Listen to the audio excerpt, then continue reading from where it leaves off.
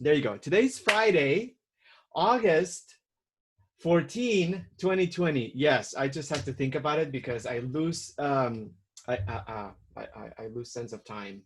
Welcome to the painting webinar mailboxes. We are spinning. So if you are too, then that makes us a bunch. But we're gonna start sketching in a few minutes. If you have everything set up, you can go ahead and start sketching. We're gonna use an image. I'm gonna upload it in the folder so you can see it. I took a picture of the mailbox because it's outside and it's hot outside and I have all these wires and stuff. So I didn't wanna, I didn't wanna make my life very complicated. It already kind of is. So, hi Jen, how are you? Hi, I'm great. Can Happy you, Friday, everyone. yes, how's it going? How's school for Henry? Yeah, we start on Tuesday. Oh, It's Tuesday. yeah, it's nuts. It's a lot of people trying to figure this stuff out for the first time, and it's crazy. But you know, our school's amazing, so we're gonna get through it. Awesome. Cool. Okay, so everyone, Jen is here to help us navigate things. If you need anything, if you have any questions, we emailed you the phone number. You can also, the fastest way is to just use the chat. But if you're can't or you prefer like email, text, you can go ahead and do it. I think that's going to be okay. So we're using two cameras. I'm going to switch to the other camera. If you want to find out about why we're doing this, there is a link to the inspiration video, and you can go ahead and watch it. We're just, we know that the 2 hours are going to fly. So we're just trying to be as Julie! Okay, sorry about the distraction. Welcome, and Laura, I don't know if you're here or not, but welcome too. So we kept everyone's microphone off, but we can just get together and talk about things later. 2 hours, 10 minutes. Break after the 2 hours, and then we're going to do critique group. If you are ready, and you can take a picture of your setup and upload it in the folder, in the shared folder. We'd love to see what your setup, your painting setup looks like. And what else? Did I miss anything else? I don't think so. So I'm just going to go ahead. I think you can see. I'm going to go ahead. Is this sound okay, Jen? Yep, sounds great. Okay, perfect. Oh, so this is a little bit, it's a little bit off. Let me see if I can just figure this out. I think that's probably better. Yeah, I think it's probably better. All right, so we also advise you, if you have a lot of screens on your Zoom window that are not fitting video, you can easily remove all of them. So only the two that have the video feed are on, my face and my painting. And you can do that if you just hover your pointer in any of the windows. You're gonna see 3 blue dots. The blue dots appear as soon as the pointer is on the window. And then what you can do is if you click on the 3 blue dots, there's a drop-down menu that's gonna say hide non-video participants. And that way, the only 2 of the images will appear. If you're watching this from the future, I'm sorry, this doesn't work like that, but it's okay. Just disregard what I just said. All right, so I think I'm ready. I'm gonna use charcoal, and this is it's like a cheapo mailbox that keeps falling on the floor, and it's just a little bit of a mess. But this is about the concept, and I don't care if you have just one slit on the stucco, and that's it. It doesn't really matter. Conceptually, we're doing this because a couple of things. We are still gathered or still indoors, and also because who knows, maybe next year this will be obsolete. Hopefully not, but the way things are going, most likely we will just have to line up and raise our right arm for to salute. All right, that was totally inappropriate, and I'm sorry if that offended anyone. But it's yeah. All right, so since I have a photograph, then I can just look at the edges compositionally. You guys, I know I'm just gonna be open and honest about this. Every single week, it's been week 21 of doing this, and we can see that after the 2 hours, I can see that compositionally there are things that are not um, intentional. We end up with a painting that it's skewed to the left or to the right, something scrubbed, there's not enough visual space around it. As long as you stand behind it, then it's not a problem, but just watch for any space around it. I'm using a 12 by 16 format just because it's larger, and hopefully you're gonna see better what I'm doing. And I'm gonna talk about something. My first line, potato shapes. I work fast. I use the charcoal. I'm gonna do something to prevent. I'm gonna cheat. I'm gonna cheat right now. So when I took a picture with the smartphone and I had to take it up close, what happened was that the lines on my mailbox were converging or diverging, depending on what you would see, especially the vertical lines. So I have an app that can change the lines. And what I'm gonna do is I'm gonna make the vertical lines that I see on the photograph all vertical. And the reason is because I want to make this look as much as painted from life as I can.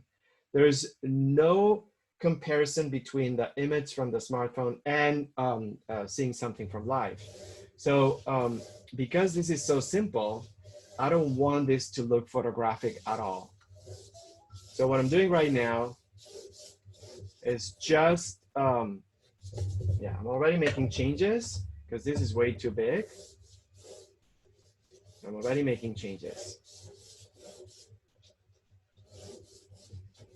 So silhouette work, and then like for example, I'm gonna do this almost in purpose, very long. So I'm doing my first potato shapes, and the hook or the metallic shelf underneath, it just almost it's very close to the bottom edge of the paper. So if I don't think about this, then I'll say it fits, I'll be fine. But then when the painting is done, everything will have a visual path around it, except this. And then it's just gonna look like I took a big poster of a painting and then I just cut it out, and then I didn't have enough space at the bottom. So that's what I'm talking about, making sure, or not making sure it's such a strange, stressful expression. I don't like it.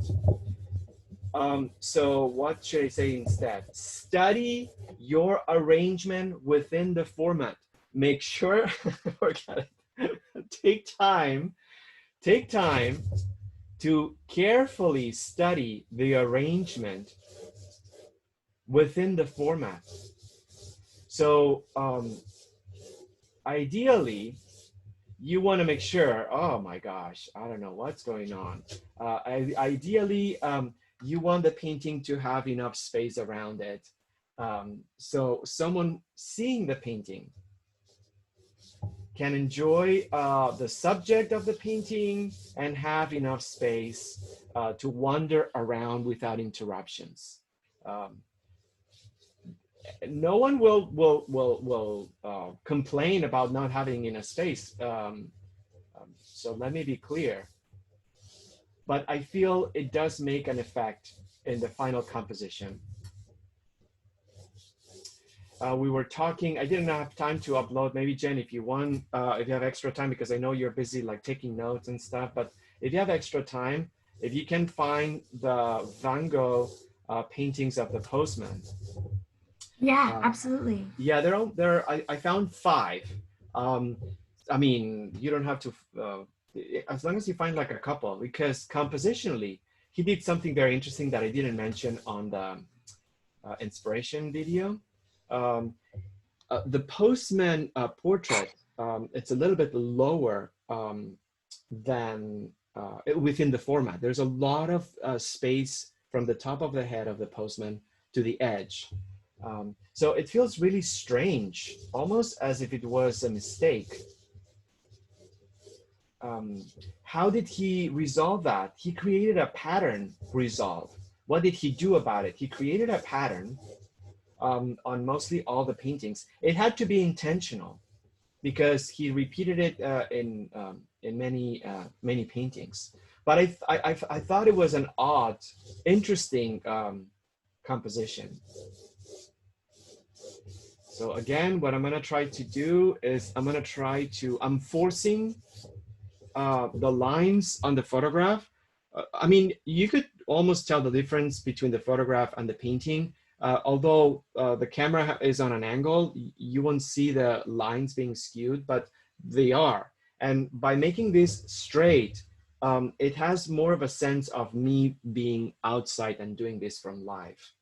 There are techniques, tricks, and ways that we can use to avoid as much as possible the effects, the visual effects of having a photograph.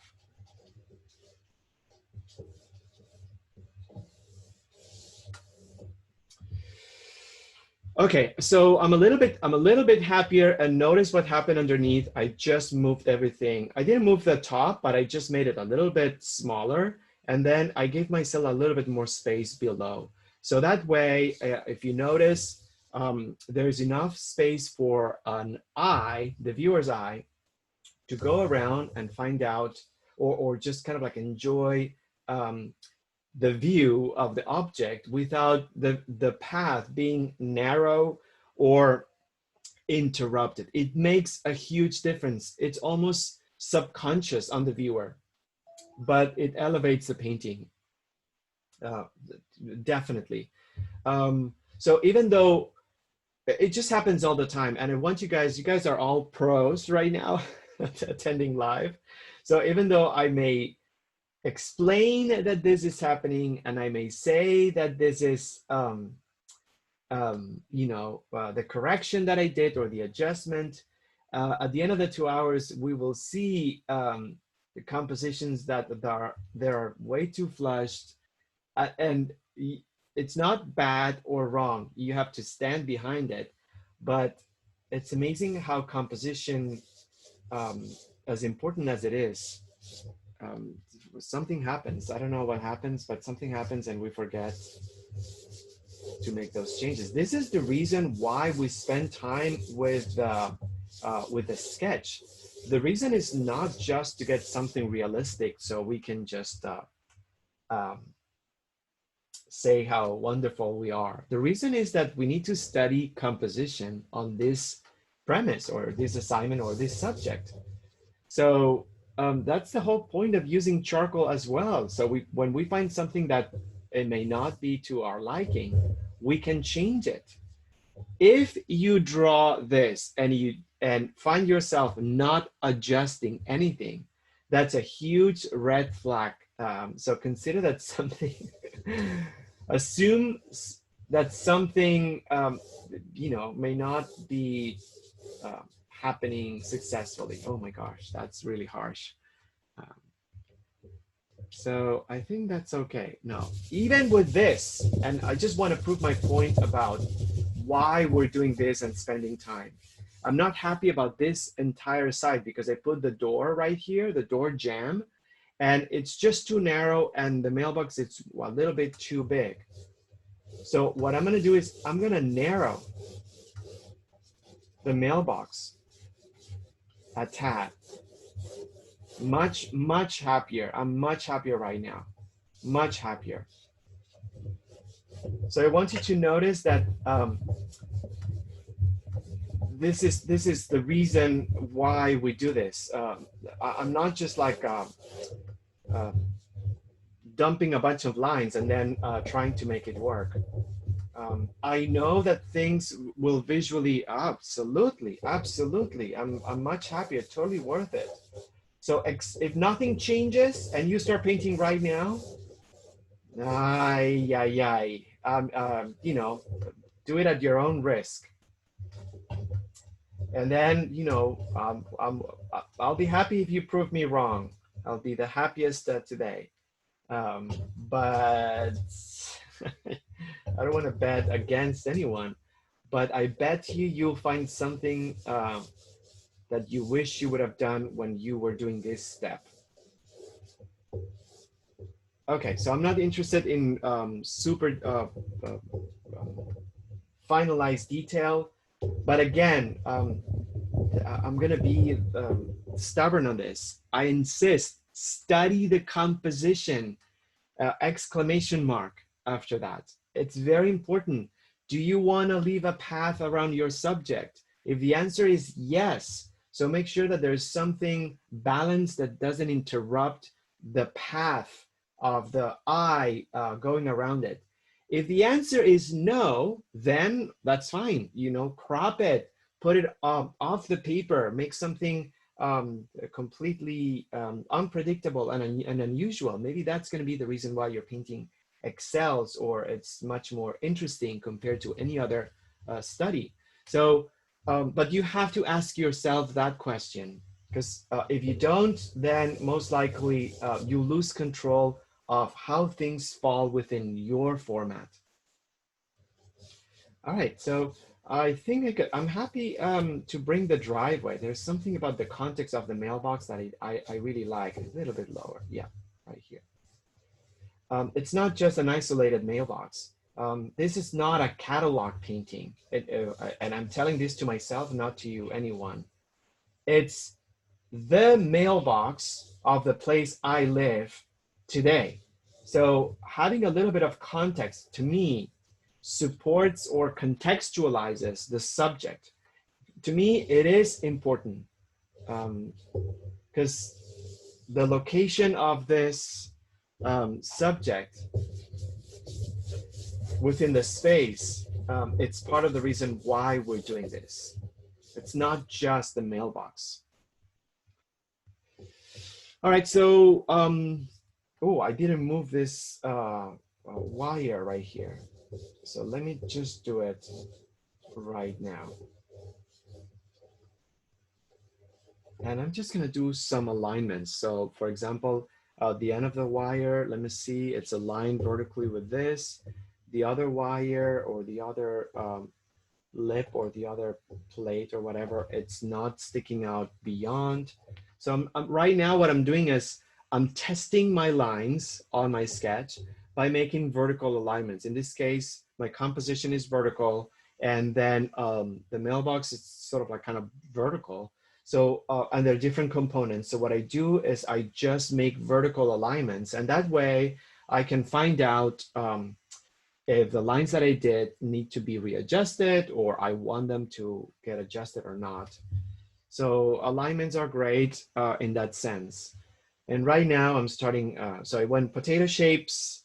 I did a couple of rearrangements.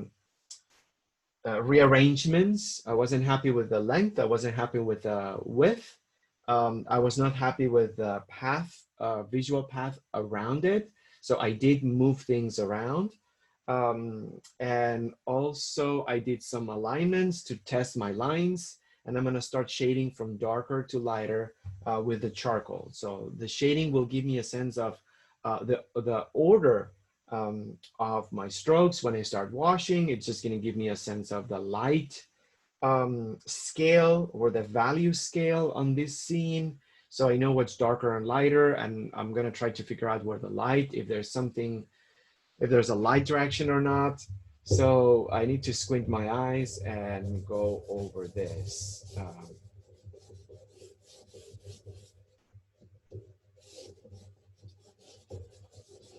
So just in case you have 1 second, Jen, if you have just 1 second spare between things. Yeah.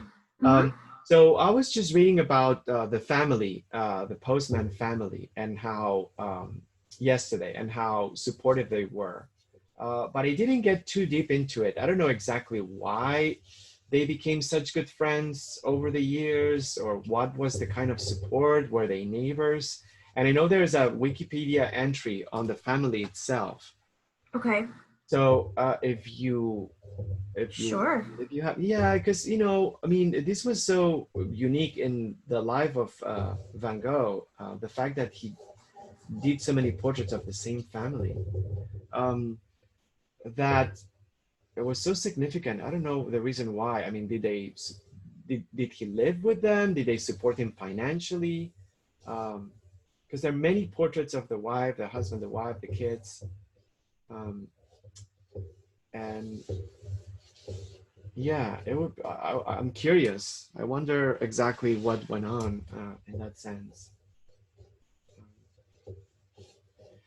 So my mailbox is metallic, and there's highs and lows of values. I'm gonna just kind of like go over very broadly. I don't want this to be 100% anything, uh, because I'll just treat the metallic thing later, so it's totally fine. Um, this is fun. This is exciting. It's a lot of work. We're building from scratch. We have to do a lot of adjustments. And I'm saying this because we've started doing studio time for the last three weeks already, where we take one painting that we already have and we build on it. Um, it's so good and it's so important, and those are my favorite sessions right now. But it's so challenging and it's so scary to start with a painting that already has 2 hours versus something started from scratch. So I realized that yeah, how fun this is right now compared to having something worked on for 2 hours and then to build on it. Um, all right, so there is a cast shadow, and I think that's very important. I want to make sure that, again, this is not a catalog painting. The mailbox is anchored somehow on a wall, a post, somewhere. So I want to integrate that on the painting and make sure that it reads as part of the whole thing. Um,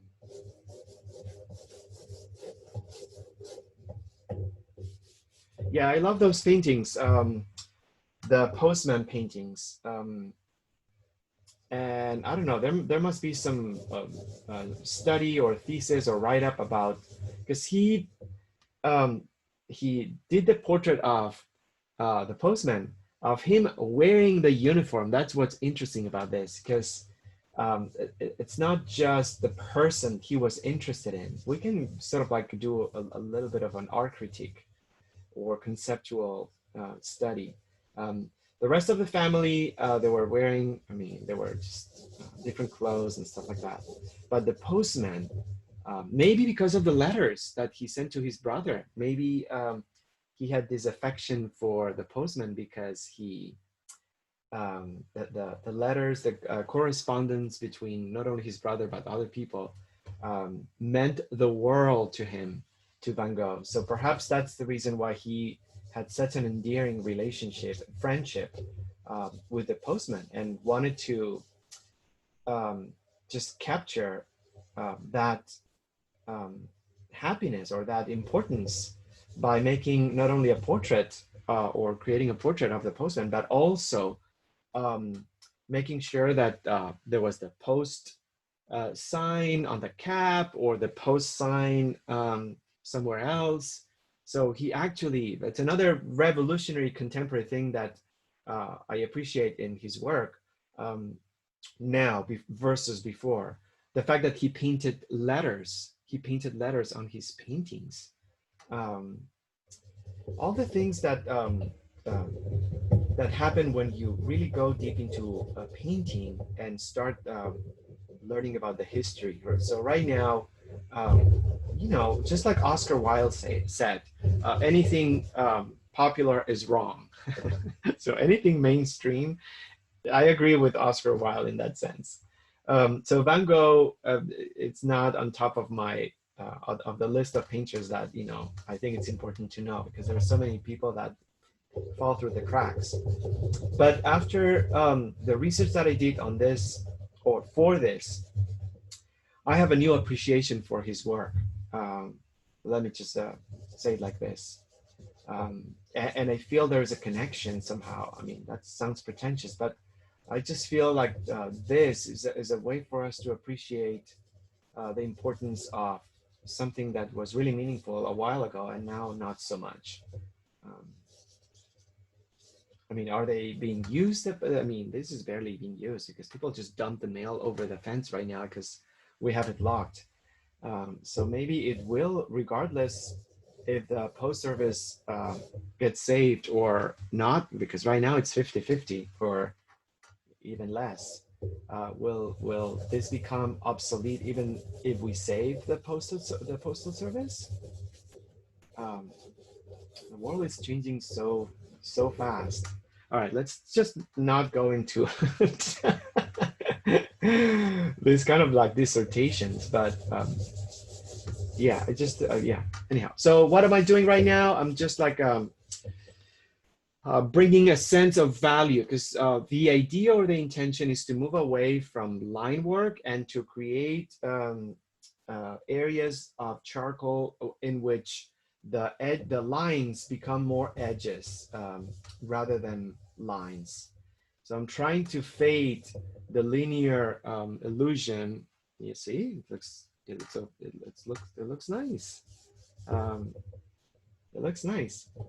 I'm embracing giving myself compliments. I haven't done it in years, but uh, I now do. Yeah, give yourself compliments about your work. It's hard. It took me years, and maybe it's because I don't have like a physical audience. Um, I do it in my own work. When I paint, I know that I said that to some of you, but some of you haven't heard this. But when I paint in solitude, I give myself a lot of compliments. What's the point otherwise, you guys? Seriously. I'm doing some texture on the botanical elements. I also love the fact that everything's built and there's a sliver of living things uh, right next to the metallic stuff. So I think that's nice. The stone, the gravel right here. All right, so there's always a point that the charcoal becomes so engaging that subconsciously we resist going into painting because we know that, oh my gosh, I'm gonna mess this up right now. Um, so don't be afraid. As a matter of fact, I just developed this too much into a drawing. It shouldn't be that developed, but I fell for the chanting of the mermaids that told me continue doing charcoal, continue doing charcoal. So I'm ready for my wash. So darker to lighter. I'm gonna look at the painting and already I'm seeing that everything's neutral based on neutral tones. And then I see some accent colors, some green. So that's what I'm gonna do. This just makes me so happy because I don't have to think about color accent everywhere. So I'm gonna keep everything super neutral. And then I'll just bring some green. I don't have it on my palette, but I'll just bring it over. So big brush. I'm using two liquids. One is the solvent, the Gamsol, and the other one, it's a mixture of a medium and poppy seed oil, just because I want the paint to stay wet a little longer. What I've noticed is that if I work today on Friday and I use the poppy seed oil mixed, by the time we get to studio time on Wednesday, the paint is still semi-wet on the palette, so I don't have to throw it away and do a new one. So this has been helping me a lot to mix medium with some oil. It's not the right formula. If you guys use Gall Kit, for example, because I know that some of you do, and the fast drying Gall Kit, this will be dry in 24 hours, and that's fine. And that's fine. I'm just saying that because of the changes that we've done and the adjustments and the learning and the process and adding more sessions, for me, adding a little bit of the poppy seed oil to the medium gave the paint a little bit more life. So yeah, the two solvents, and I'm gonna start with raw umber, and I'm gonna do a wash. What's a wash? A wash, or technically defined as staining, is the first wet layer on a painting surface. And it has very specific specifications. The consistency is the most important. We want to use a lot of turpentine or solvent, solvent, not turpentine, mineral spirits, and then a little bit of paint.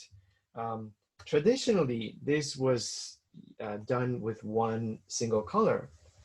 And what we created was a monochromatic wash. And we could do that. In fact, I'm doing that and bringing just different tones of other colors, but I'm staying within that range. All right, and I'm doing darker to lighter. I'm not gonna do it by location. And what does it mean, do it by location? It means that I just do a wash in one section, and then I do the entire wash in another section. It doesn't work for me. What's important here is to create a scale from darker to lighter. So if I wanna stick to the scale, it's more important to stick to the charcoal that I have, darker to lighter, than stick to one location and do it. So there you go.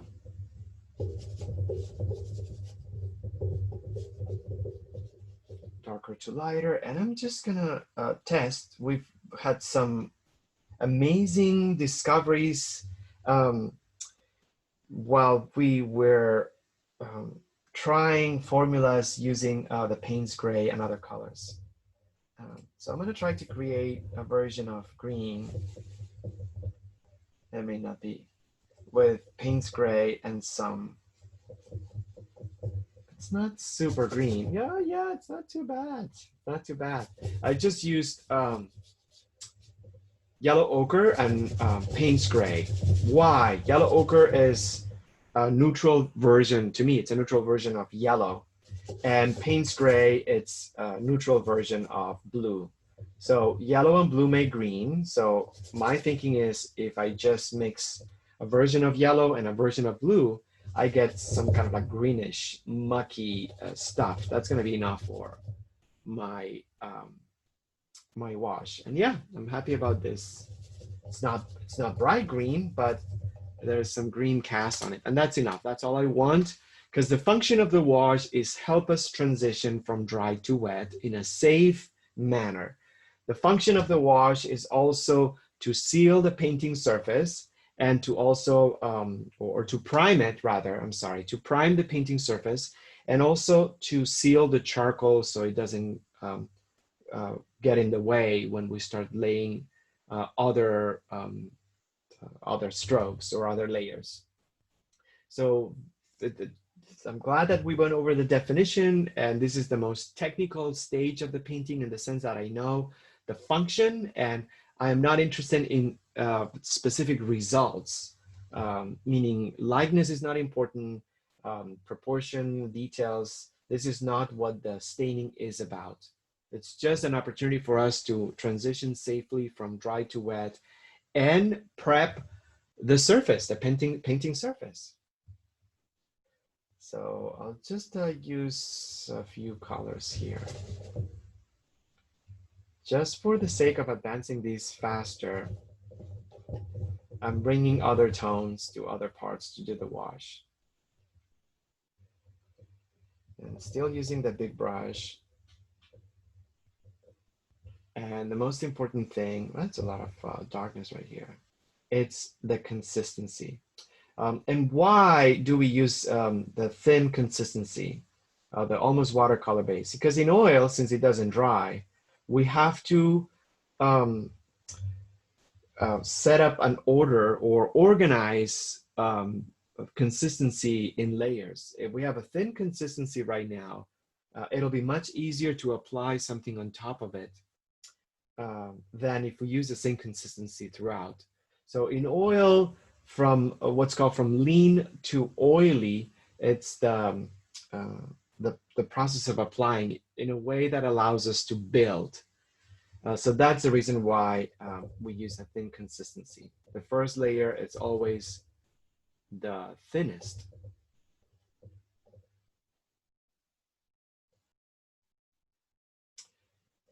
All right, and then for the background, I'm not gonna use any white. I'll just bring some dirty stuff. Some of the, maybe a little bit of ecru. Yeah, just to remove the glare. That's too dark. Just to remove the glare. And why I'm not using white? Because it's very hard to paint over white oil paint. So it's just going to be much harder to create opacity if I use white right now. So how can you create something light without using white? So use this more solvent, and then you'll be fine. Yeah. Remember, the function of this staining is to prime the painting surface. So not to match or anything like that. So I am priming the paper right now. So the idea is not to match this with white. It's to make sure that this is wet, the pores of the material are saturated, and then I'm ready to do the next layer, the first notes. Yeah, this is it's very technical.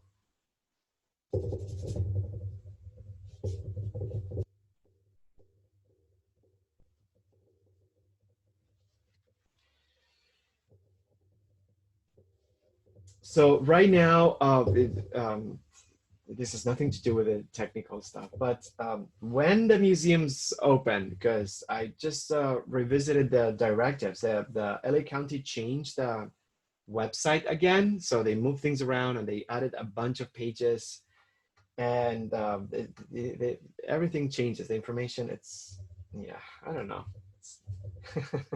I'm not critiquing anyone. But I just checked the museums are allowed to open, and none of them are open. And also I checked that still we cannot gather outside unless it's with people of the same household, although people do it anyhow. So, but I'm doing a list of things that I will do when hopefully sooner than later we can go back to the museums. Two of the things that I'm more desperate about, desperate, oh my God, that sounds very privileged. I went shopping, so that is already checked off. I missed that, so I'm so happy about that. But now the two things that I'm just craving that I can do, it's go to a museum and go to a library, and I still can't do it. Yeah, it's okay. I'm not complaining. So one of the first things that I'm gonna do when I get back to museums is go to see all the paintings again and find out if there is a painting where there's a postman or a post or someone putting mail in a mailbox or something like that, because I haven't seen anything. I haven't seen anything, any paintings, famous paintings. There are a lot of paintings, and the date before mailbox appeared, of people writing letters, and those are beautiful. Yeah, so those, you can find those from any century. Yes, but not with mailboxes. Jen, surprise us. I don't know if you can find something. I'm on it. It started in what, 1700? I think in Europe it was earlier, but in Okay. US it was 1775 exactly. Yeah, Okay. yeah. The founding fathers actually were did this. They did. Awesome. So I think in Europe was a little bit earlier, I believe. I found information about the. Okay, yeah, tell us. Okay, so um, let me just get back to my notes. Okay, so one of the reasons why there's so many paintings of them is because he was in a small town and he didn't have access to a lot of people. And so upon meeting his, postman and finding that he had a large family, he was able to paint all of them without having to pay a model. Oh, So that's like a functionality part. okay. Wow. But when he moved there, he found himself to be really lonely, and of course, the postman would come along, and so that provided a sense of finding a friend.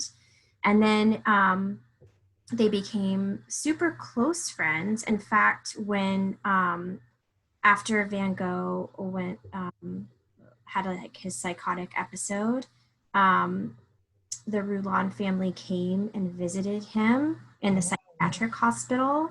And they even wrote letters to his family reassuring them that his health and that he was recovering. Wow. Sweet. Yeah, very sweet. Thanks. Yeah, that makes total sense. Wow. Um, that's nice. Thanks, Jen. Yeah, Mm, sure. I don't know, that beginning of a sentence, it's already wrong. But some of you, I'm gonna just throw it anyhow. Some of you may remember having the same post person um, for um, for a long time and knowing them. And I think a few years ago that was the case, but not anymore. Certainly, I don't know the people. Well, we have a friend when we go to the when we used to go to Trails Cafe. Oh my gosh, Laura. I mean, you can text us or you can put it in the chat. Um, what's the name of that postman? Okay, first, I'm going to say a few things. First of all, Laura's not on. She's not going to get on until 12:30. Okay. Hey, Julio, Yes. I love that you're asking Laura the name of someone.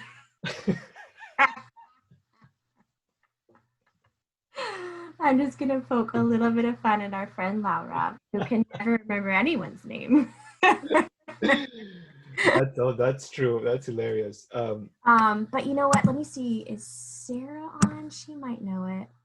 Sarah Jennings, if you know it, if you remember, text me or put it in the chat.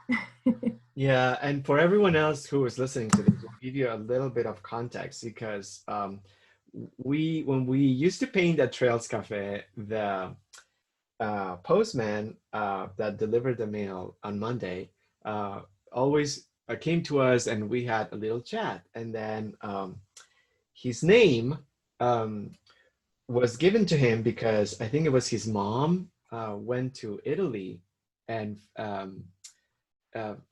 admired either Donatello or Michelangelo or some of the I artists think who it are was it was Raphael, right? I remember it being one Raphael, of the right? Ninja Turtles. One of the Ninja Turtles. So the thing is that he was so nice that he tried to build a bridge with us in regards of like his own identity. His name was given to him because of art, right? So for whatever reason, we forgot. And over the years, every time he came to us, we were embarrassed to ask him, what was your name again? Because that was the reason why we established the friendship. So I think it was Raphael. Yeah, you're right, Jen, right? Yeah. I think this is And Terrible. then I on think it top of was Raphael. Laura making a mix of all the names, she claimed it was Donatello, and we were like, no, no, no, no, no. I know, right? And yet she was So, pretty so close. now we're confused. Now we're confused. Exactly. I think it was Raphael because that was my favorite Ninja Turtle. Yeah. And I remember thinking, wow. Oh my gosh. Help us, Sarah Jennings. Help us. Yeah, so anyhow, sorry, and this is like I promise I will give you an extra few minutes, but the reason is because this came about because I don't know um, how much of a relationship we can have these days with a post person, because things are so crazy in the postal service. At least in this neighborhood, I don't, you know, every week it's different. And I know that when we were at Artworks, we had a very good relationship with the postman. And then when he left, I think he retired, and it was really nice. And at Trails Cafe, same thing. You know, we established our relationship. So I understand why there's that really tight friendship now that you mentioned that with Van Gogh and the postman and the postman's family. All right, so I'm ready for my first notes, and it's not too bad. You know, I'm a little bit behind, but that's okay. So what I'm gonna do is I'm gonna switch medium brush right now, and I'm gonna start increasing the consistency of the paint by using the medium. So I'm gonna keep the turpentine just to clean the brushes. And right now I'm just using this medium old brush that's totally frayed, but it's gonna give me uh, yeah, enough width of the stroke to cover. So what we want is the consistent to be a little bit more opaque, not too much, a little bit more. Look at the difference between the wash and between my first notes. Um, so it's still transparent, but it's not a wash. Uh, so it's not going to completely cover what I have. And right now I'm just putting raw umber straight on the paper, but I realized that this is not raw umber. And I know that we talked about this and you don't need to have this color, but we're starting to make more use of Van Dyke brown, and I'm gonna bring some pink in it. And that's the reason why we love having the pink and the light blue, because those colors really can create a cast of different temperatures. This is already so much, I'm so much happier. I'm not gonna use the word better, so much happier. So first, notice the process. I added the raw umber. It was too pigmented, it was too colorful, and it was not really, you know, I wasn't really happy with it. So I needed to create a color that had more of resemblance. So that's why I brought Van Dyke brown, which is a warm black, and then some light pink. And now I'm much happier. I'm much happier with this. So I'm working darker to lighter, and I know I'm running behind because the idea, if I could have the first notes done before the first hour, then I feel like I would be in a good place.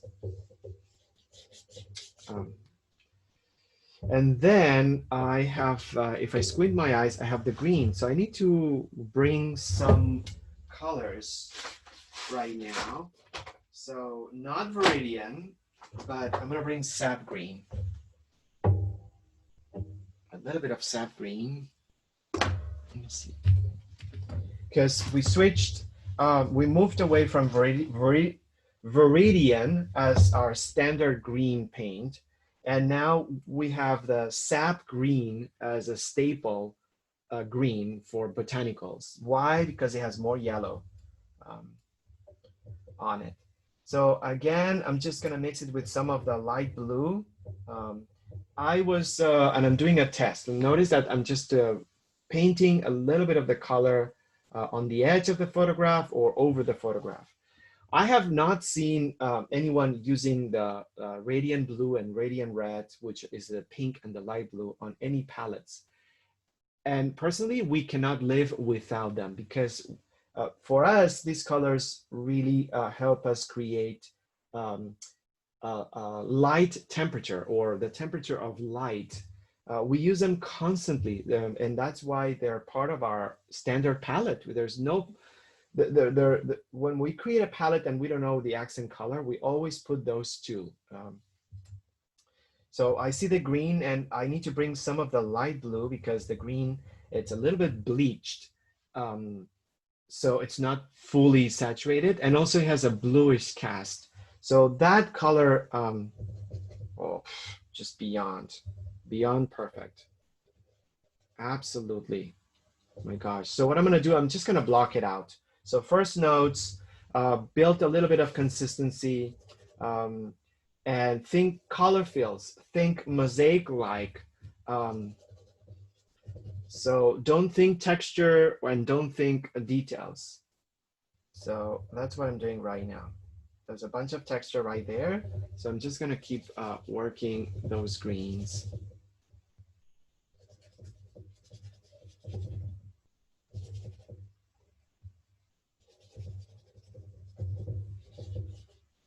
But yeah, Jen, I mean, don't you remember those chats with the postman Raphael? I'm pretty sure that was the case. With fondness right now, I mean, Totally. And like you said, the man that used to come to artworks, yeah, I loved him. He was the sweetest. yeah. I I think he had kind a of wonder route. if he was Julie's postman too, but I think that would be too far. I think it was Sarah Jennings' postman because, Oh yeah. yeah, Yeah, you're right. I think, I don't know, because I think, and also Mary's. Yeah. Yeah, That makes more sense. yeah, that guy. I mean, his smile. Come on, Gosh, I when he just can. loved his job and I mean, we sound probably ridiculous right now, but no, it's genuine. It's it genuine. was totally. All right, so I'm gonna darken the sap green, and I'm using a cold black. So that's the reason why we started incorporating. Listen, it's been like 22 weeks. So naturally we are having fun with incorporating new paints because we're learning so much. And then that's the reason why now we have white zinc white, and we have Van Dyke brown, which is a warm black. So it's part of the, it's a consequence of having this intensive time with painting. Um, and learning about it and stuff like that. So we now have two blacks. The Payne's Gray, which we're learning, it does amazing things with color. And then we started using the Van Dyke Brown. So if I want something to be darker, and I'm gonna give you the reason why this works for us right now. I have two choices right now. I can make something darker that has a higher temperature using the Van Dyke Brown, and I can make something darker that has a cooler temperature, and I can use then I can use the Payne's Gray. We did this before with just the Payne's Gray, and that's fine. And probably I don't think if when we go outside again, I don't think we're gonna put the Van Dyke Brown right away unless it's a specific session. Because I think it requires a little bit of experience. I wouldn't just do it right away for someone who's never painted in decades. I think it would be confusing. But for us, if you don't have it, um, um, yeah, it's gonna make a difference. And if you got it, then you can tell us later. So if you agree or not. So notice that I just added a few darks with the bluish and the light blue and the Payne's Gray just to keep that cool area, or that area cool. Leo, how would you recommend making a Van Dyke brown if you don't have it? That's a great question. So the best formula is to just mix the Payne's Gray with a little bit of the raw umber. So it's just going to give you a black that's going to be really intense, much more intense than the Van Dyke Brown, but at least you're going to tone down the coolness of the Payne's Gray. So again, if you want to change that temperature, just add a little bit of the raw umber. just if you don't have the Van Dyke Brown, to give you an idea of what it looks like, the Van Dyke Brown looks like raw umber but darker. It's the same brownish tone but much darker. So if you want to turn the Payne's gray um, or have a different temperature with Payne's gray, just mix in a little bit of the raw umber. So I'm adding for the first time some white, titanium white, just because I want this driveway to stand out a little bit. And then I'm just gonna go darker to lighter on the mailbox. So I'm gonna practice, study, think of, do tests and samples of the gray that I would want for the mailbox. Because now I'm seeing this and it's not just gray. Just gonna do a test. Yeah, this is way too blue. For example, the gray that I just did, I did a test and it's way too blue. And I realized that the door jamb, I think we painted the, I think the name of the color, I remember the name, it's black bean. We painted the trimming of the doors with the black bean. So it's brown. So what's happening is that that color bounces on or against the metallic element and it warms up the gray. So it's not just gray, even though this is possibly aluminum gray. It has some warmth to it. So what I'm gonna do is I'm gonna bring some of the raw umber and I'm gonna start tweaking the gray. Oh, yeah, that's it. I don't have to add anything else. So the gray that I'm gonna use, the darkest gray, will be the Portland Gray Medium. That's the name of the gray from Gamblin. And then I'm gonna add a little bit of raw umber, a little bit more. And I'm still doing first notes. I have 2 minutes to finish first notes, but obviously that's not going to happen. But it's important to repeat ourselves or to remind ourselves where we are in the process, because then I can get clear expectations. If I don't do that, I feel like I'm carrying weight. And the more I paint, the more weight I carry because nothing gets closed or there are no expectations. And then it just feels really uncomfortable, you know. And this shouldn't feel like that.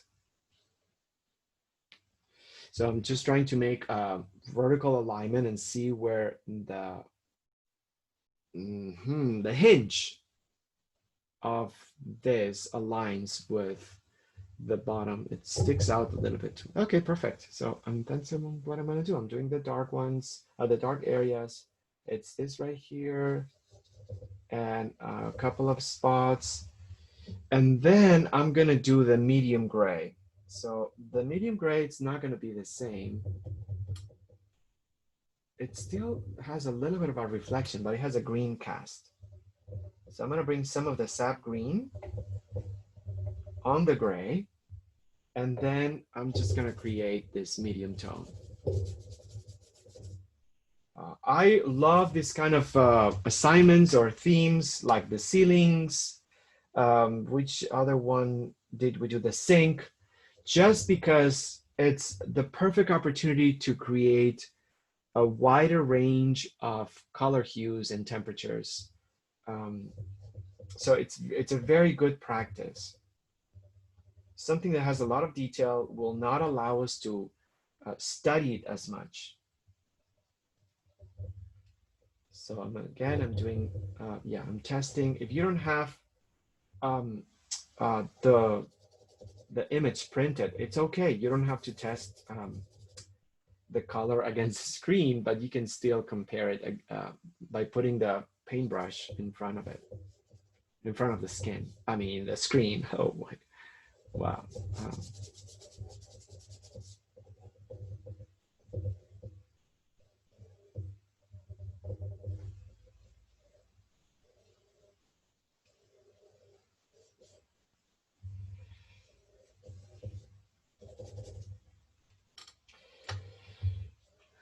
So yeah. Okay, so a few more brush strokes and then I'm gonna go to the lighter notes. And for the lighter notes, I'm just gonna bring some of the blue. Blue, a little bit of the gray, because it's definitely, and if you notice, I think you can still see it on the screen. I have 4 kinds of gray that I created. Not only I did the gray on the palette, but I had to put the sample right next to the subject just to test. And I think this one needs a little bit more white. Yeah, I think that's okay. It's very bright, but that's okay. Darker to lighter, just a couple of spots. There's some warmth on this one, but I'll just do it later. Um, all right, so I'm doing first notes, to, again, reminding myself. And the reason is because I need to be clear about the expectations. So is the likeness an expectation that I should have on top of my list? No, it's not. So the expectation is to cover or build on the wash. It has nothing to do with likeness. Build on the wash. Um, the expectation is to block out.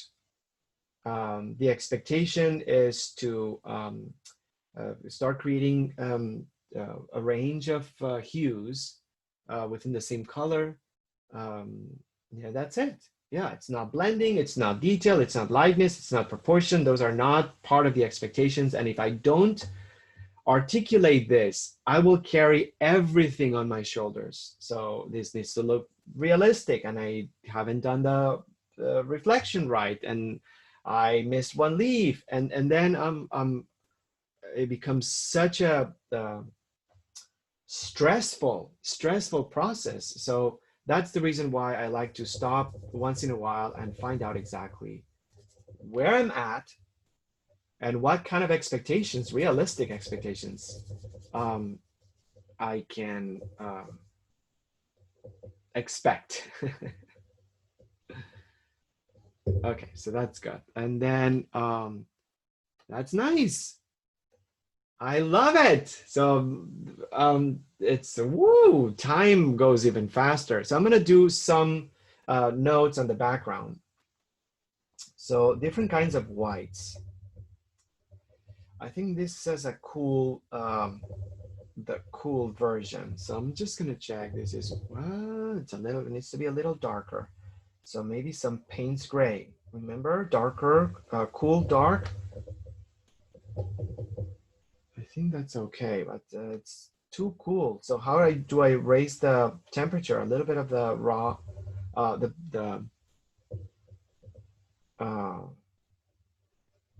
okay. So maybe now some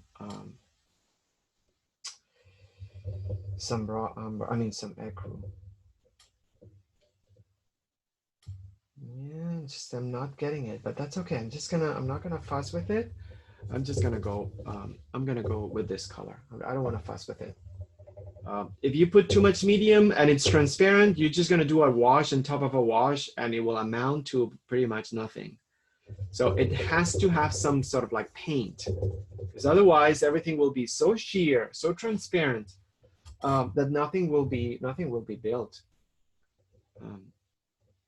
So yeah, be bold. And if you run out of paint, so make a little bit more.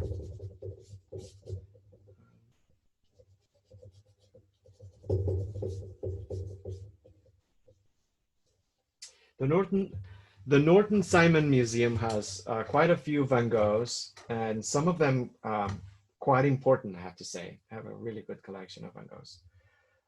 So it's good to just go there. That's also on my list, and find out, because we can see the painting and then we can say, oh my God, that's beautiful. But when we stand in front of a painting, we can see how much paint the artist put. We can see the strokes. We can see so much that makes it so much more interesting. So it's always interesting and fascinating to see the Van Gogh paintings and see how much paint he used. And he worked very fast. So he didn't hesitate. It's amazing it's really interesting. I'm going to make a really judgmental assessment right now, but it's amazing how much confidence he seemed to have in the painting and how much doubt he had as an artist. And it almost feels like it doesn't really go together for some reason. You know, the paintings are bold, the use of color, the amount of paint, the speed. In an hour, he would have something done. And we're on hour one, and we are where we are right now. And yet, his internal conflict and his state of mind, or disease, I should say, disease, I don't know. I mean, that's really harsh. We're on the other side of the spectrum. Isn't that interesting?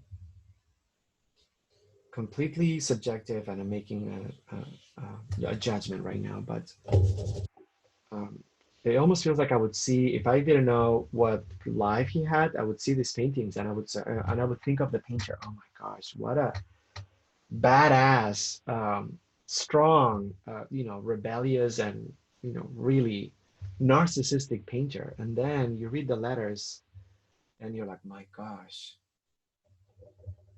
All right, I'm bringing some white and I'm creating a little bit of a lighter area against the door jamb. Some ecru mixed with white because I want some warmth. To me, the key is this section right here. If I put too much white and they're lighter, this is lighter than the pebbles, then it will not show a different visual plane. So I know that this is a white wall. It's a white wall, but because of the light effect, it doesn't read white. And this is lower, by the way.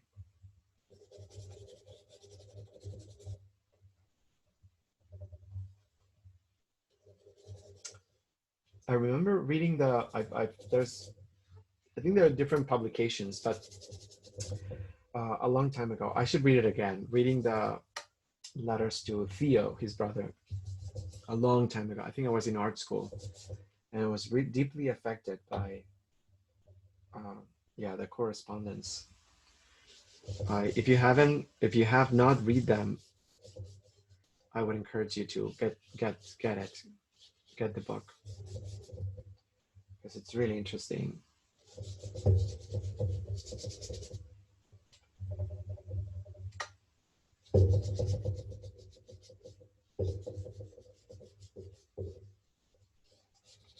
All right, some whites, and then this is like pretty dark. My eye is starting to get calibrated with different whites, and now I see more color. So I'm not unhappy that this took me a little longer, because right now I realize that this is what's going to make the painting interesting: the different shades of white and gray, not the lightness. That is going to be the key of this painting being different. We were talking the other last week about the still life with two objects that were not touching each other, or they were not connected. And after working on session 2, we realized that the key of that painting was the cast shadow of both objects. Because if the cast shadow of both objects was correlating, meaning same temperature and same value, then we would integrate the two objects in the same scene. But if there was a distinction between the two cast shadows, the two objects felt completely not integrated. So it wasn't the objects, it wasn't the flowers, it wasn't the dolls, the figurines, it was the cast shadow that made the painting. All right, so this is okay. And I'm done with this is my first note, you guys. Oh, so that's okay. These are my first notes, and I'm not gonna fuss with it. It's done. This is it. The expectation was to build on top of the wash, and now I'm ready to do the second notes. And what are second notes? And I love to repeat this all the time because I repeat it to myself mostly, so I understand what the expectations are. Second notes is what when I go over sections or locations. So I'm not working by value right now. I go over locations that I want to develop.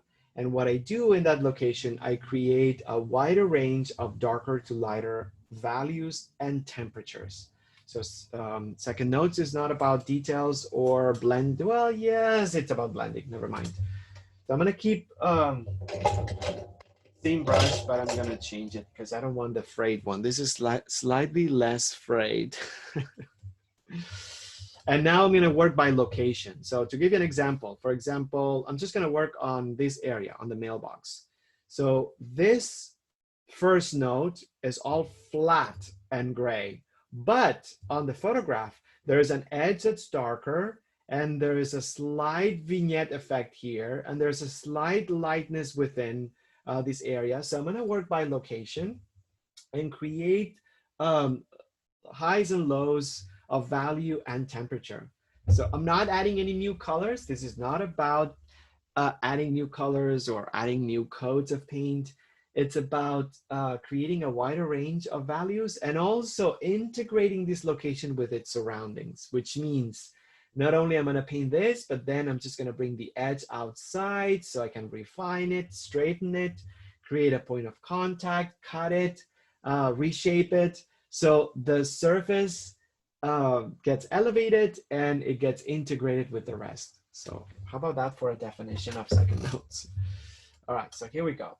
I'm just gonna use this and I'm gonna start with within the location, and I need a smaller brush.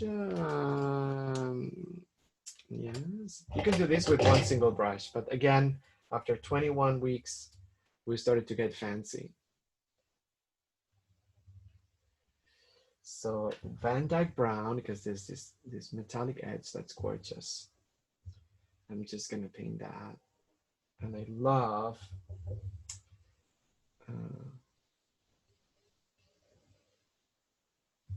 love the trembling pulse. I love the line having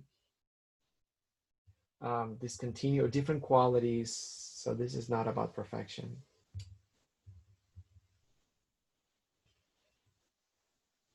Yeah. So I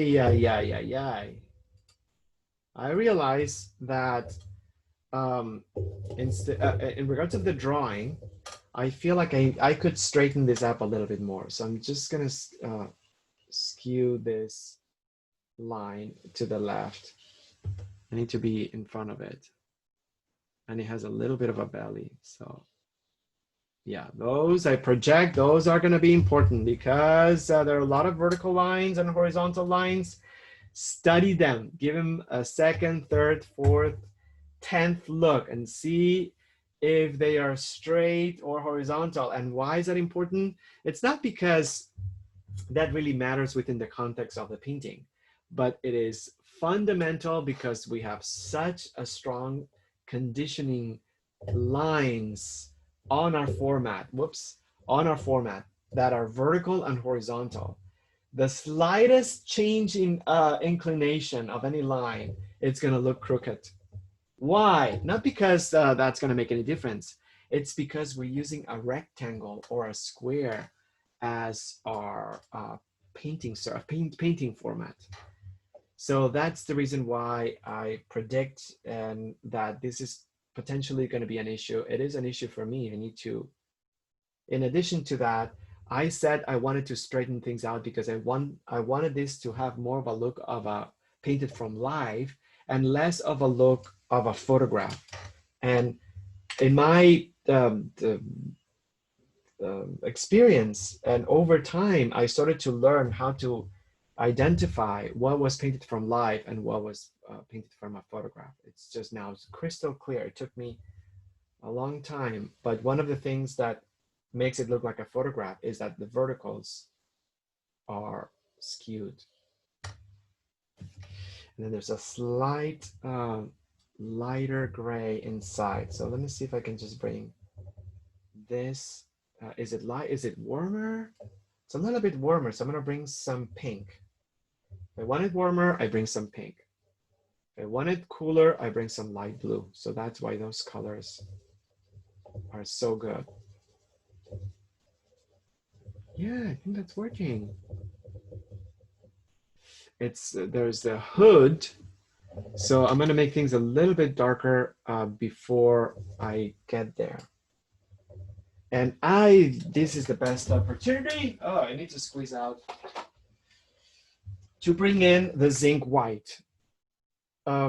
We have started to use zinc white, and now we cannot live without it. And what's the difference and what's going on? And wait a second, I don't have it. It's okay, you don't need to have it. But so the zinc white is a white that is more transparent. So when you want to blend something, sometimes this could be a wonderful paint to add. So it gives body and it can blend without killing the color, because the titanium white will give you a whiteout effect. If you use titanium white later in the painting and you're not careful about it, you're gonna make white marks. The zinc white allows us to change slightly values without affecting the color intensity. It's amazing. Highly recommended. It's not expensive. Talking about expensive, like yesterday I went to the art store and I ran out of like radiant white, and the tube is like, and I got this and it cost me this is like 150 milliliters, and it could just last for months. Hopefully it's gonna last for a long time, but it was 20 bucks. So oil paint is not cheap. It's not cheap. Anyhow, so again, I mean, yeah, I don't know why I talk about price. It's not pretty. But yeah, no, yeah, I think it's important.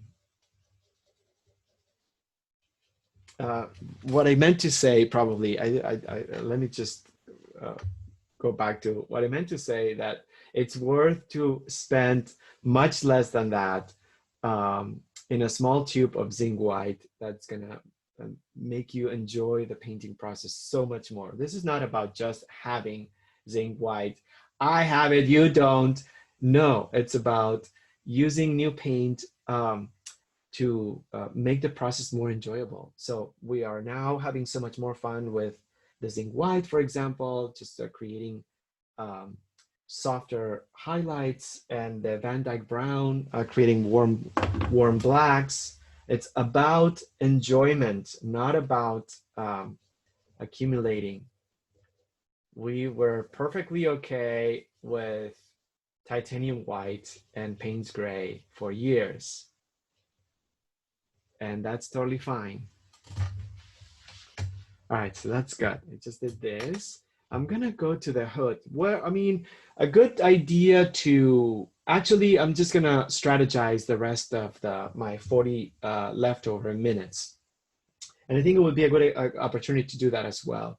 Because, okay, I have a large paper and I'm already running behind, but I have 40 minutes. I'm gonna try my best, or I'm gonna try to use them in the best possible way.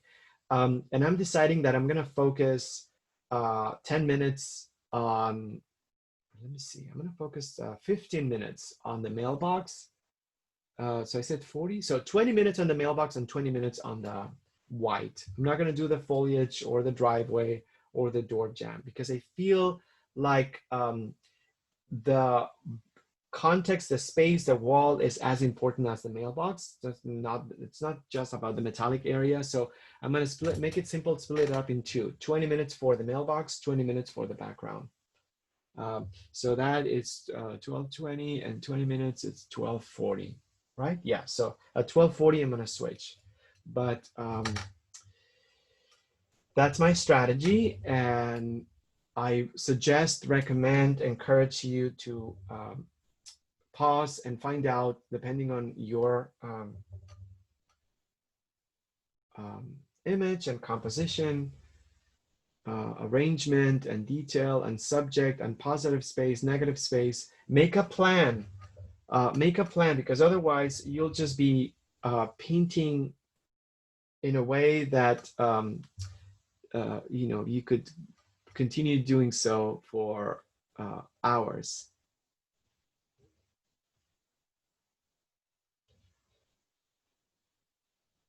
Okay, so and then I'm just gonna bring some gray and try to sketch the hood, because that area,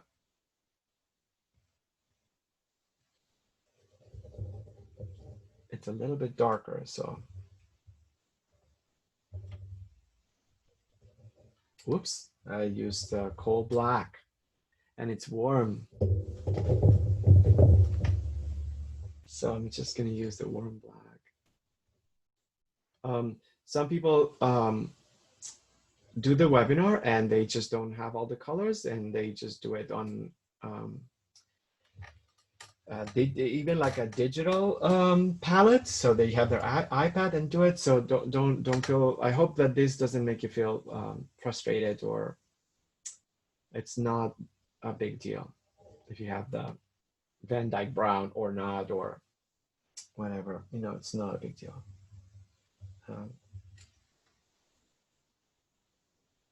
But if you go shopping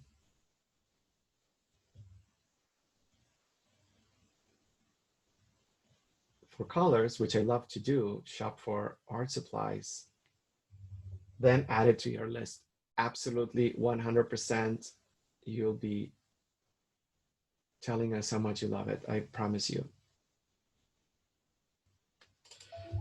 And sorry about this, but so I'm just trying to build the hood, and also keeping track of the time that I am gonna dedicate to this, because I don't want to this to hijack the entirety of the painting, the rest of the painting. So yeah, that's working. And then I'm just gonna bring a lighter color on top.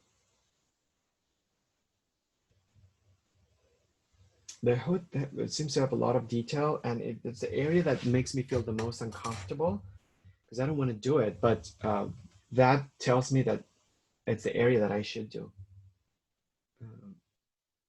And this is not about embracing masochism. It's about being realistic and not letting parts of your painting drift away from you. It's not that it gives me pleasure to do difficult things, but I know how that works in my experience. So that's why I tend to give importance to the area that I feel I don't want to do.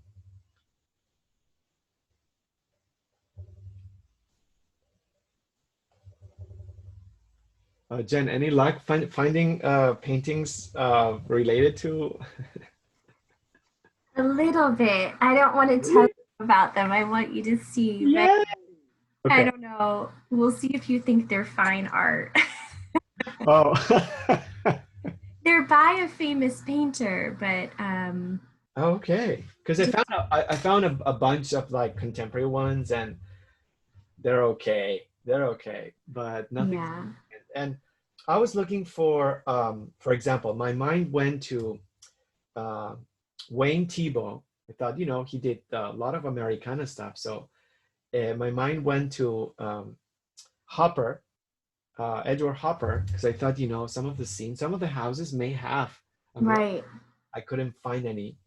Strange. And maybe there are, but I couldn't. And then, so those were my go-to artists, really. And anyone else? No, I think Wayne Thiebaud and Edward Hopper. Was Wayne Thiebaud the artist that almost when you look at his work, it's like a color block? Yeah. The Yeah. bubblegum machines and the cakes and Right. yeah. So I Okay. thought maybe because that was a thing. Right. Maybe some mailboxes would come up, but no. Andy Warhol, I thought, this is so American, the US. I mean, I don't know. I just thought that he would have something, Yeah. but no, just the, Well, the artist I found is definitely American and definitely Americana. okay. I'm gonna leave you with that. Should I just tell you? Is this torture? No, no, no, no, no. Let's just do it. I want to see it later. Yeah, yeah, yeah. Okay, sounds good. Yeah, yeah. No, no, no. Thanks for helping with this because, I just couldn't. And sometimes it's good to have like a visual reference of that on a different artist to get us inspired. But all right, so I'm just working time-wise. Yeah, I don't want to spend too much time, and I already am fussing with details because I want to make sure that this looks like this or like that. Um, that's okay. Yeah, and then I'm just gonna work on the background here to trim it. Just remember, work by location, create a range, and then work on the background to integrate it. Otherwise, it's gonna look collaged and not well integrated. So again, work by location, create values, and then work on the outside and the background to integrate it. Um, all right, I'm not going to spend time with it because this is part of the wall situation. I'm just going to work on this area right here, the face of the mailbox.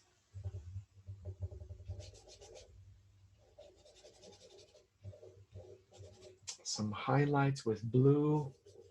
Um, so I'm really careful with, and then there's the line. I'm really careful. Let me see if I can just bring that line, the edge.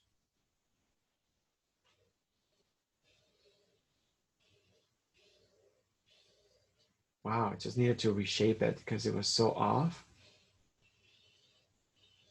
It was like half an inch.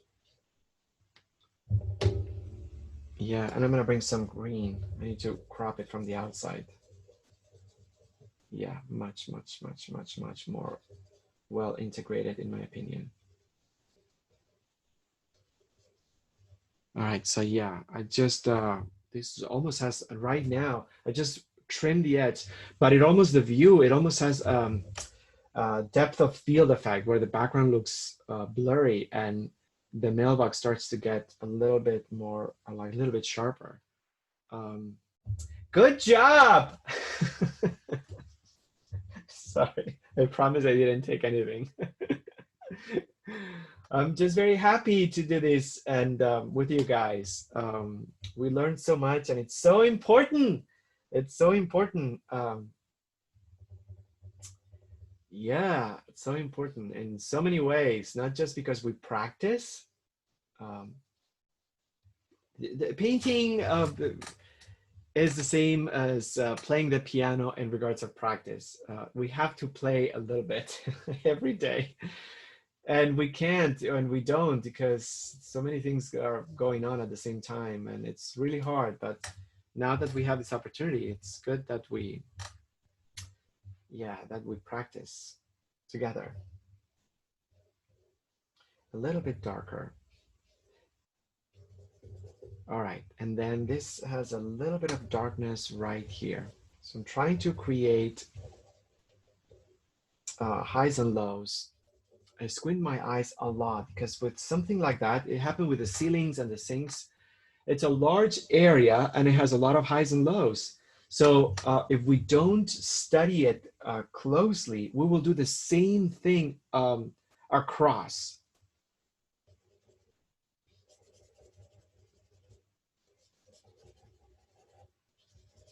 A little bit darker here and also down here.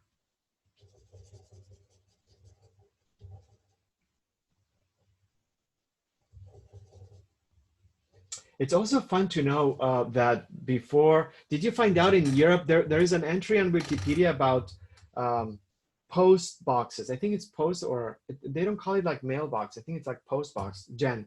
And then I think, and they go through the history of the mailbox. And I Mm-hmm. believe that, like in Europe was earlier or something, or wasn't, was it earlier? see. I don't remember. It's not mailbox. They call it like a letterbox. Letterbox. That's the entry on Wikipedia, letterbox. And they give you the whole history of mailboxes. And so it's interesting to know that before the time, I think it was in England or the UK, I'm sorry, that they started like applying it more, or they started using it more. But before then, there's no record. There's on paintings. There's no record on paintings. So it's nice to know that, you know, that was an invention.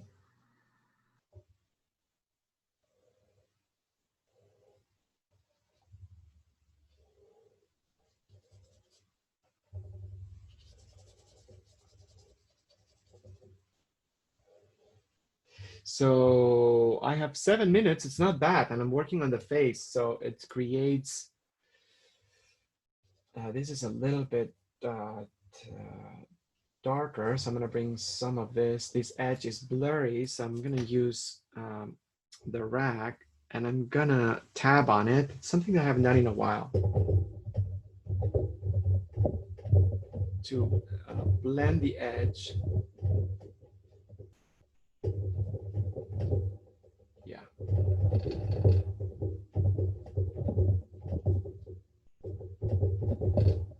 Because it's too cut on the painting. Oh yeah, I think so. And this is much darker at the bottom. So I'm having fun with the different values of gray on the face. Yeah, I think so. And then this needs to be also smudged a little bit. I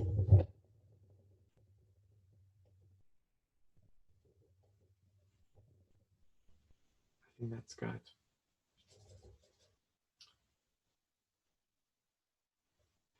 There's a darker, the hood just creates a cast shadow that's so awesome. And it gives the idea of slight perspective. So I think I want this to be part of it. Definitely. Yeah, I kind of like it's starting to be, it's a little bit discombobulated, but it's not bad. And then yeah, so I still have time to work on values. What am I doing? I'm working on second notes.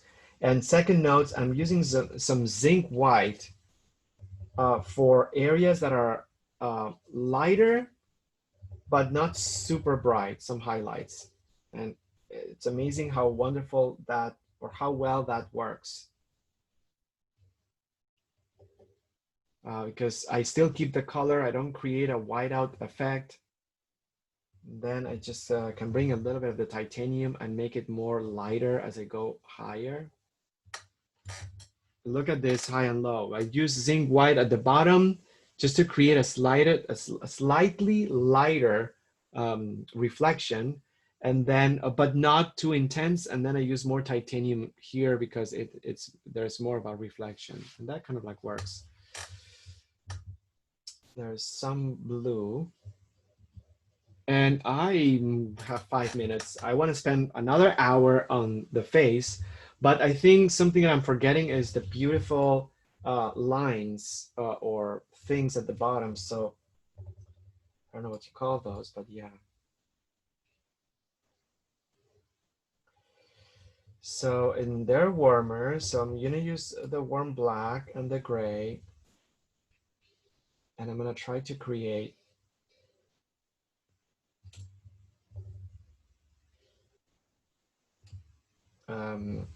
the idea of a hook. So bringing, and this is a little bit lighter. So again, I'm working on second notes. This is almost, there's a little bit of warmth. So I'm bringing some burnt sienna and titanium white. Because this is much lighter. And I have it here too. Yeah, I think slowly it's building up. I think it's building up slowly, but yeah. So I'm creating variations, versions of the colors that I've already used for my first notes. I'm not reinventing anything here, and I'm not just um, splashing new colors because that's what painting should be. Um,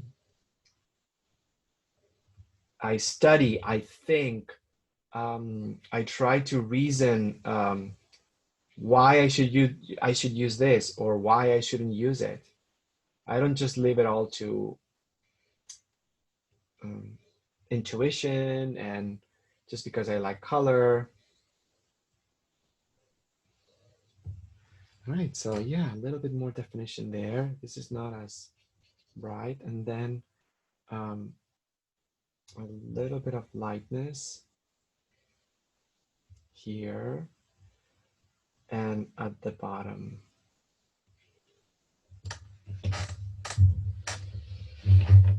And there's some lighter tone, maybe with a zinc white. I'm just gonna bring some lighter tone. Oh yeah, just to pull it away from the box because the light bounces on the metal but not on the side of the box. Um, Good, yeah, and I like the fact that the wires are um, different curvature. I still have time to do more. So there's some pink here. I'm gonna bring that pink touch just right here. And I wanna blend it too, so I don't want this to stand out too much. This is a lighter gray on top, so maybe some of the zinc white. Whoa, that's maybe too bright. Just apply it on top. Oh yeah, I think that works. It just gives me a little bit of a jump up in value without changing the color too much. Um, you can do this with the titanium white. You don't have to have it, but it just facilitates, makes the process more enjoyable. Yeah, I really think that it's all about enjoyment because technically we could paint this with one color only. I mean, uh,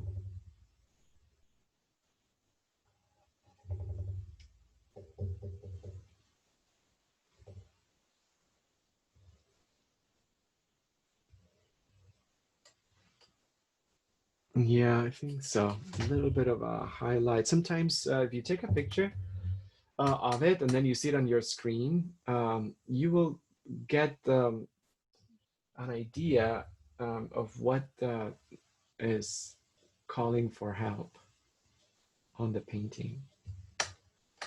Sometimes that helps. Yeah, I think it's nice. All right, so I have 1 minute. Oh my gosh. I think I caught up with my strategy. So, and then I'll have 20 minutes. I'm going to dedicate 20 minutes for the white, which will be so much fun to work on that wall. But I'm already super happy with the 20 minutes that I added here. Um, and okay, perfect. So now I have exactly 20 minutes, right? Yes, I have 20 minutes to work on the background. So what I need to do, there's a little bit of a light reflection. I'm just gonna put this a little higher because it's bothering me. There's so much white that's bothering me. Okay, I think that's better. Is it? No. Okay, let me just pull it all the way up. Yeah, I think so. All right, so and what do I want to do? So I think this is the darker area, but it has a lot of pink. It's a lot of pink. So what I'm gonna start doing is working from darker to lighter, pink and ecru. Let me see what's going on with that. Yeah, gorgeous. So pink and ecru, just gonna put it closer because it was too green. Pink and ecru. And then as I go away, maybe I'll just bring some zinc white to lighten it up without altering it too much. Yeah, good idea.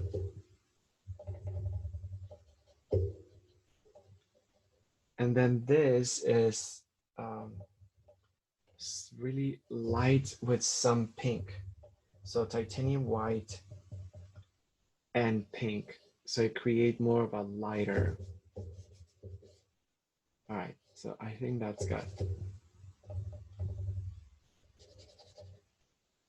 Much wider here. And here, and then I'm gonna start blending.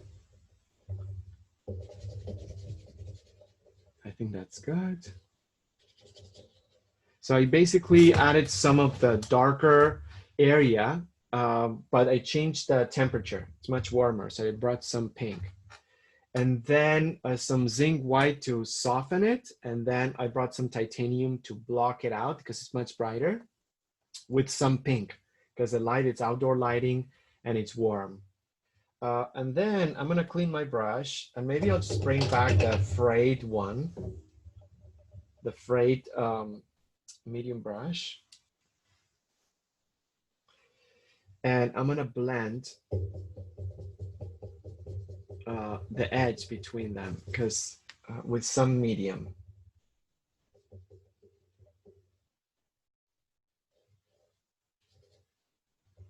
Yeah, this has to have more paint.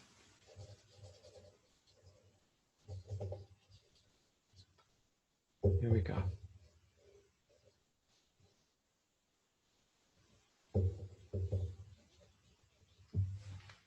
I think so. Yeah, just much better. Yeah, I just softened this shadow right below here because it was too harsh. And you can see how pink this is. It's actually much more pink than what I've done.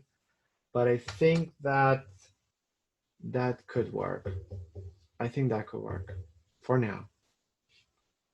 All right, so I'm moving forward. I think what I'm gonna do is work at the bottom because there's still a lot of gaps of charcoal, and there's some shadows from the hooks and on the wall, on the edge. So there's a lot of work that I need to do right here. So I'll give myself 5 minutes or so to work on that. Again, just time management. Just look at your watch and look at the time that you have left. Check on your strategy if you want to accomplish something specific before the session ends. I need a smaller brush.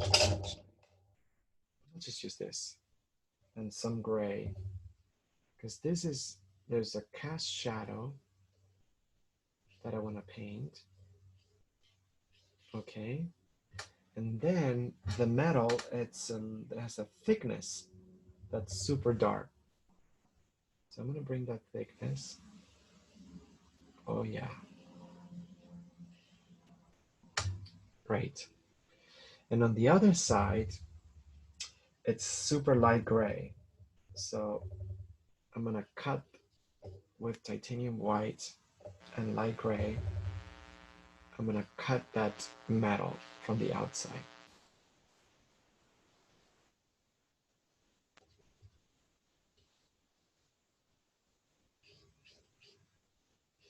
That does it. Yeah, oh yeah. That does it. I just added a cast shadow. I brought the thickness of the metal, and then I cleaned up or closed the gap on the other side. And it worked out. So now with a dry brush, I can just soften because everything's soft. The light, the sunlight, it's not direct. This is under a porch, so there's no direct sun, and that's why the shadows don't have a strong edge. So everything feels very soft.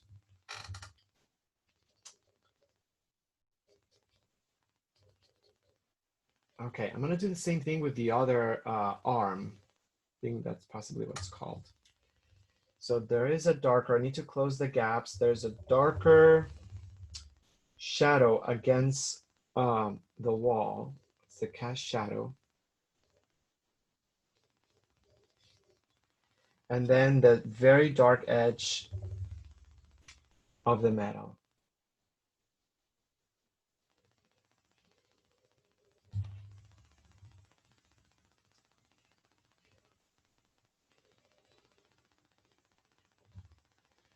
And then on the other end, I'm going to bring the white and cut the metal from the outside.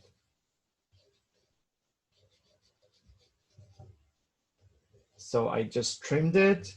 I closed the gap of charcoal. So everything feels a little bit more integrated. And voila, I think that also will help. Every tiny application of paint will help. Yeah, definitely. Nice.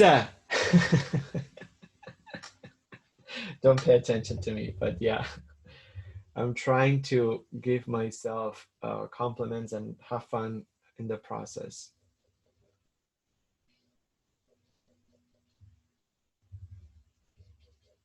Okay, so I think that's good. I think that's good. I think that's good. I think that's good. So we continue. Um, I put too much white here. I mean, too much dark. So I need to trim this. So every time I see something and I'm like, oh my gosh, I see so much more. Before I dive in, I look at the watch or the clock. And I'm like, okay, just making sure, yeah, where I'm at and how much time I have because it could evaporate. It could evaporate. That time that I'd allocated for the whole thing, all of a sudden there's this rabbit hole and then poof, it's gone. I think that's good. All right, let's just check out the rest. This is way too bright, so I need to bring some gray.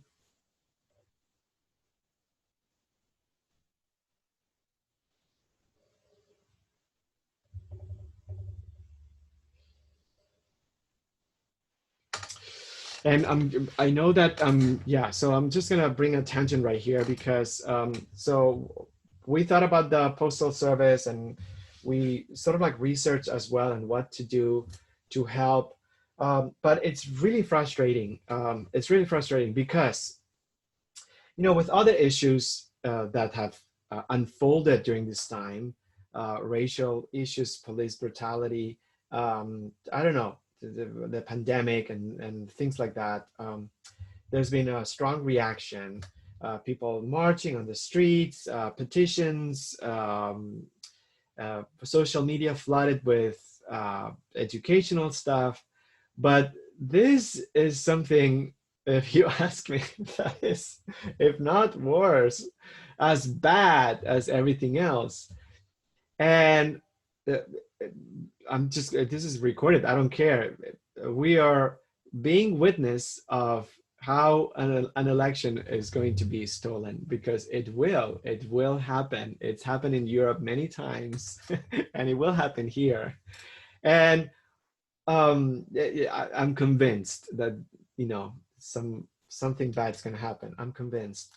So then I go online and the only thing I read is like, okay, just go buy stamps. And it's like, really? I mean, and mail more letters. Is that really all we can do? I haven't seen anything. Maybe now something has come up, but I haven't seen any initiative from any groups. No marches, no protests, no nothing. Um, and this is going to be the coup d'etat. I don't like conspiracy theories, but this is it. It's like a slow motion coup d'etat that's happening.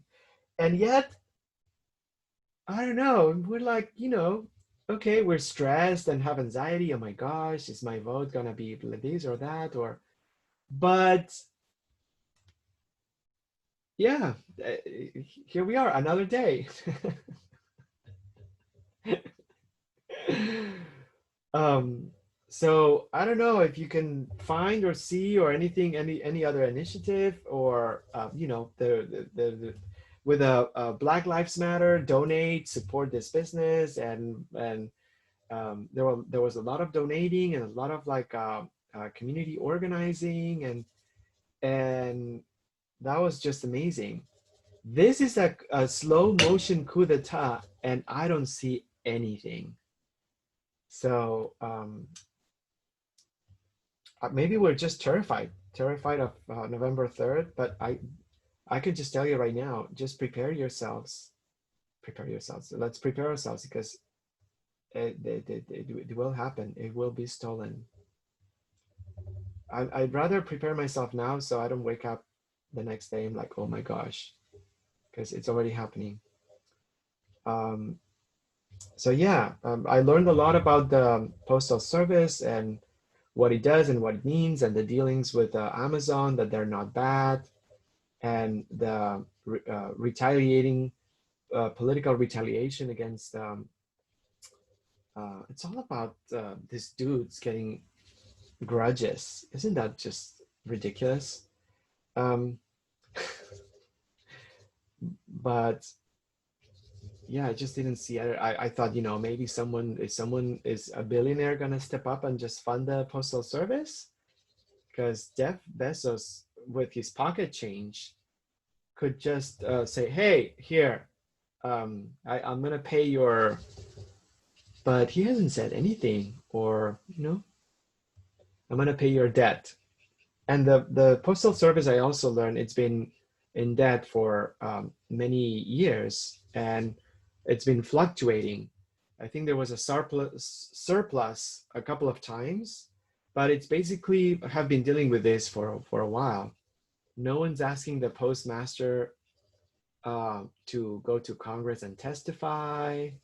I think he just made a statement, don't worry, everything will be fine. He wasn't summoned or asked to go to Congress. I mean, stupid Zuckerberg had to go there and just make a face or something, but nothing's doing anything. All right, so that was my political conspiracy theory moment. But so I have 7 minutes. Oh my gosh, I have so much time. And I'm just working on that area, and I'm gonna soften. I'm gonna soften this section. So I'm bringing some highs and lows. And I love the little bit of light underneath this arm. So it peels it away from the wall, because otherwise it's just gonna look like it's sprayed on the wall. So this is a good opportunity to practice or observe, or again, the word study, things that are against the background, but that we want them to be peeled away from it. If that makes any sense. I'm gonna bring also for the first time, I would say this is almost like third notes. This is something that we do frequently. We mix the pink and the light blue and create a lavender note, because that lavender note, it's in a lot of places. And let's bring the magical zinc to help us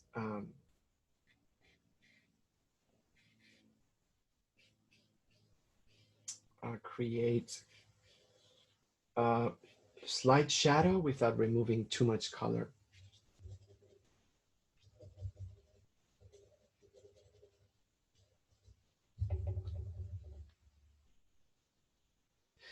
Oh my gosh, this is nice. Yeah, I'm really having a good time, and I'm just gonna crop also this area right here, and this will be all second notes. I'm not ready to do any third notes. And what are third notes? Once I have this developed a little bit further, then I can go back in with different colors and create sort of like a glaze over what I have to start elevating the differences of color within the same area. So I bring different colors, not now, on my third notes. That's why I said feels a little bit more like third notes, because I'm bringing some lavender over it where it was much more, it was gray. But that's a better approach to color than just changing the color when you're doing the second notes.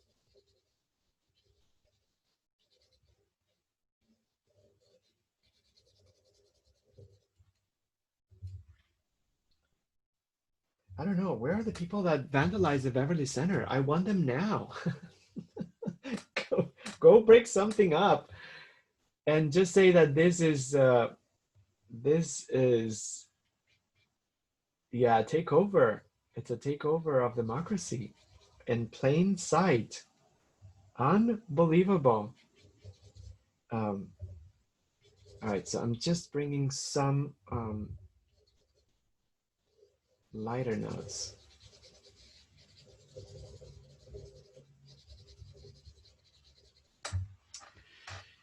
And I'm also gonna trim this area right here, and then I have to check the clock and then, or the watch, and then see where I'm at in regards of time.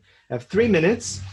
This is not ideal because I need a bunch of time for this area, but I'm just gonna not continue because I wanted to do the edge of the arch, but I still need to do the top area. So I feel what I'm gonna do, I'm gonna spend the next 3 minutes bringing some highlights on top.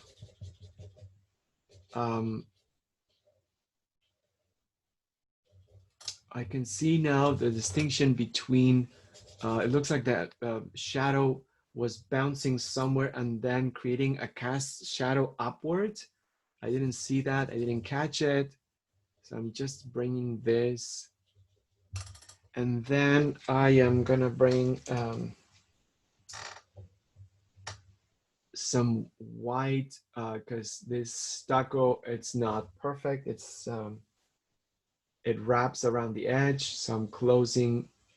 That's nice. I'm gonna bring it all the way so it just defines the arch a little bit more, even though I don't see it, but that's gonna help. Yeah, it does help. It defines it. So I think that's good.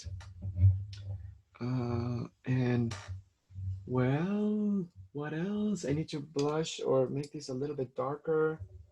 So I'm happy about my strategy. I think it's working well because if I didn't have a strategy, I would still be painting things on the metallic surface. And at some point that is not, would not have been useful. Because I would have done something great maybe there, but then what about the rest of the painting? So I'm happy that I just came up with this strategy because right now I feel like things are a little bit more integrated. And there's a lot of blue right there. It's a lot of blue. So let me bring some blue. That will be my last, and some paint spray. Yeah, a little bit darker. Oh yeah, oh yeah, oh yeah. That's it, that's it, that's it. I still have 1 minute and I can do so much in 1 minute. It could be so different. Sorry, I need to stand up because the reflection doesn't allow me to see, but I think that's good. Cleaning my brush. And so I'm gonna give you a couple of extra minutes before we do the break, just because I don't remember why, but I know that I took some of your precious time with one of the tangents. So this is what's gonna happen. I hope you're continuing for a few more minutes to catch up with the time that we spent talking about some nonsense. We're gonna take a 10-minute break. And then after that, when we get back, we'll do, if you guys had any questions, and then we'll do critique group. If there's someone from the UK, we'll start with them first because of the time difference. But know that, yeah, if you bring up your work, that would be fantastic. You don't have to show your face if you don't want to. Take a picture of your work, upload it on the folder. We love pictures of the setup, maybe your palette or what the corner or the space looks like afterwards. That would be interesting. We haven't posted that yet. And then also, if you need Jen to help you with uploading, you can text the images to her. And yeah, so I think that would be it. So I'm gonna pause right now, and yeah, I'm gonna pause right now. So let's reconvene. Let's say it's 1:01. So let's do at 1:13. So I'll give you a little bit more time if you're still working on it, and you can take a few more minutes to work and then take a picture and upload it. 1:13, we'll be back. All right, I'll see you at 1:13. Hi, and we're back. And Jen, can you hear me? Yes. Is the sound okay? Yes. Okay, good. All right. So, yeah. So I'm gonna start sharing. Any questions, Jen? Oh my gosh, my beard is growing so much. Any questions that came up? Nope. All right. So I'm gonna take just a few minutes to acknowledge what an amazing job you did with the photos. Thank you so much. You're welcome. Yeah, this is amazing, incredible. Thanks for also the link. I love this painting so much. So much. Let me see if I cannot make it bigger, but anyhow, look at the head, the letters, the background, the way he cut out whatever background there was, yes. And also the study of the hair. The study of the hair is just insane. The blues on the hair, the brush strokes, the blue, on the uniform. It's just incredible. It's painting. But notice really quickly the composition. There is so much space between the top of the head and the top of the painting. It's not really centered. There's a lot of space above. And that's what I said that compositionally, this was really strange and interesting. Yep, these are pretty much all the paintings of the family. The babies, even the babies when they were grown. I think this was the oldest son, and this was the brother, I believe. Gorgeousness right up here. I love this super sexy portrait. But this is a great image that you found. Yeah, three different versions. Wait, this is within the same year, right? It says. Yeah, he did winter, spring, summer. He did one for every season. My gosh, Jen, It's great, right? amazing, amazing. Wow. Beautiful painting, beautiful use of color. Amazing. It's not, this is not as, is it a sketch? It looks like something hatched. Maybe it is a I sketch think right so. now. I think it's a sketch, and this one I found at the Getty. So Oh, hopefully, wow. we'll see. Wow. And then I, the baby that you saw prior, this is her grown up. wait, So that baby yeah. is, go forward to the picture, is this woman. Oh my gosh, stop. Wild, right? Wow. Yeah. Oh, so interesting. Wow. And that's, yeah, this is not the original painting probably, but anyhow. So this is her father, Yeah. obviously. Wow. Incredible. Norman Rockwell. How could I have missed the artist? My gosh. Yeah. Norman Rockwell. I saw it and I was like, man, good find. Love the mailbox. Really cool. Absolutely brilliant. Fantastic. Good job, Jen. Sure. There was Yeah. some work on I can't remember if it was the New Yorker or a New York magazine of some artwork with mailboxes. Oh, Um, wow. you know, obviously such a symbol of America and Norman Rockwell in general. And No, no, it's brilliant. Yeah, I didn't think of him. Yeah, that's amazing. Yeah, good finds. Um, yeah, great. Thanks, Jen. Yeah. Um, sure.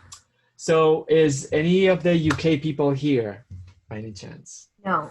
No. Nope. So you're good to All right. go. So This was a photo. I just didn't have a chance to upload it, and that was this is my final after 2 hours.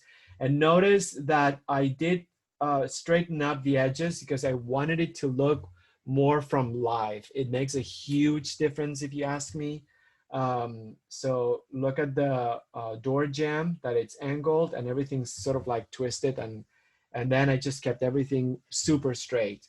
So I feel that has more of a feeling of being from live. But before we go anywhere, is Laura here? Is Laura in the house?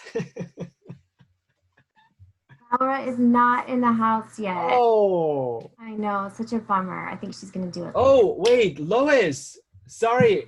Yes, let's start with you. You upload. I thought this was a photo that Laura uploaded.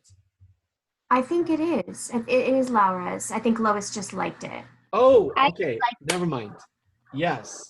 Okay, so I'm assuming this is Laura's postman. Yes. Okay. Sorry, my main. But how nice that you actually have an image of Laura has an image of the postman. Yeah. That's just beautiful. Yeah. Anyhow, Lois, let's kind of like start with you. Oh, boy. That's awesome. Well Oh, done. I do. Can you hear me? Yes. I have new headphones on. Okay. I work with Indivisible, and we are a post writing group, and so we write posts. We watch TV and write postcards to people in Texas and Michigan, and trying to flip the Senate. So those are the Wow. postcards we send, and so I thought, let's put them in there. If you want, you can upload any links or anything that's related to that on this photo as a comment. Okay, that's a good idea. Yeah, because we'd like to find out more about it. But yeah, that's a beautiful image, and conceptually, it's not only interesting, but you added the punch of that postcard and with the American flag and the vote, and I think it's just really amazing. Very good. I think compositionally, it's you took a different route. I feel it's a little bit lower, which is fine.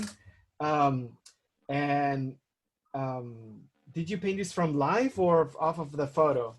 The photo. Off of the photo. Okay, yeah. Anyhow, so yeah, I just compositionally, I think what I would do is work more on how it's anchored on the wall, because you have so much wall space that I feel I would just bring some shadows or maybe some highlights so it feels like it's part of the wall, because right now you have a lot of wall and this is like much smaller, so it's hard to tell, but you can still see that there's some shaded areas, some separation. I almost feel like I don't know if no, never mind. It's the actual banner on Google Photos, but I would just create like more like I would clean up this area in regards of the background, so it looks like it's crisp and uniform. Um, but I feel like any variation of light on the background could help you anchor it on the wall, because right now it doesn't feel like it's anchored, and because there's so much wall and there's no other object there, so I just feel like that could just kind of like make it more anchored. And also in that sense, I love the matching of color between the gold. Um, um, I forgot the name of the. Um, Eagle. Yeah, no. Yes, but it's the sculpture that it's raised over. Right. I know it's the same as the stucco. It's Yeah, very much. yeah, Isn't that crazy? yeah. So I think I don't know. There's something really cool about that. I mean, there's a lot of dark. Blurry. I think I picture it. Yeah, I would just lift it up, because I feel like right now it just feels like too. It almost feels like a window, and then there's a sculpture inside of the mailbox somehow. So I would make sure that it's yeah, it's much lighter and it just feels like it's on the surface. I don't know. Okay. No. Yeah. Um, Good. but I love the letters. I think the cylindric aspect of the mailbox, it's great. It's a really beautiful mailbox, Lois. Um, Yeah. It's like almost the first notes were the most beautiful painting because then I started drawing. Do you know what I mean? With my paintbrush, which I know you're drawing is painting, but I felt like the brush strokes were working more successfully for capturing this, like, trying to make it not look like a photograph, really getting it to look like a painting. right. So I think now I can go away from the photograph in the background and really just start to pull that together. Okay. Yeah. Yeah. I mean, it's beautiful. It's and we I should say this, that the reason why we use the photograph is to inform us about things that we could use for the painting, so the painting becomes more elevated and developed. The goal is not to make sure that that painting looks like the photograph. So hopefully Yeah, that comes across as things that I'm using the photograph, not just to say this is right and this is wrong, but as a way of feed information that you could use. Um, yeah, that you could use in the painting. Yeah, I for mean, for sure. example, what's really clear is that the mailbox is on the wall and then it's protruding. It's so clearly there's a high contrast between the bottom of the mailbox on the wall. But since on the top that thing is like flush to the wall, then there's not as much as high contrast. So that's a good information that we could use on this painting. Make more Yeah, of a high contrast at the bottom, so then it feels like that shape is really sticking out of the wall, and then less of a contrast and more of a shadow on top, so it looks like it's flush to the wall. right. Very tricky again without the shadow, like how yours is. It's underneath something, so Oh, it's without very shadow. difficult, right, to draw without shadow. Yeah. Yeah, well, even if you have to make this lighter, I mean, you could create variations on the background. I also feel like the background, it has a lot of color, so it just feels really warm, and it almost interferes with the mailbox in a way, because here it's very like buttery but really soft. There's no warmth. It feels like a little bit softer, but here I feel like there's a lot of orange. It's very colorful. A So, very bad photograph. It doesn't look like that at all. oh, okay, okay. So then in that sense, maybe altering or changing the background color could also be a trick or a tool. Yeah, I need to get it to stick to the wall. Yeah, I good. No, just that's like, good. That's good. yeah, a couple. I mean, you have a magical touch, and then if this painting is worth your extra time, if you ask me, because it's gorgeous. Okay. Thank you, Julio. Thanks, Lois. Thank you so much. Oh my God. I know. We have to people are like, oh, register to vote. It's like that is like long past. You need to register to vote. I mean, that is not the issue right now, right? Right, I right. mean, you should get out to vote. Like, yes, people want to vote, but it's the issue this year is, make voting. I know. My God. Okay, thank you. Okay, Awesome. thanks, Lois. Glad we spent the day together. Thank you so much. All right, so I'm just gonna move. Darlene, I'm assuming yes, yeah, because you mentioned it on Wednesday. On Wednesday, right? Yes, yes, yes. This is beautiful, and I love your painting of it. I think it's just great.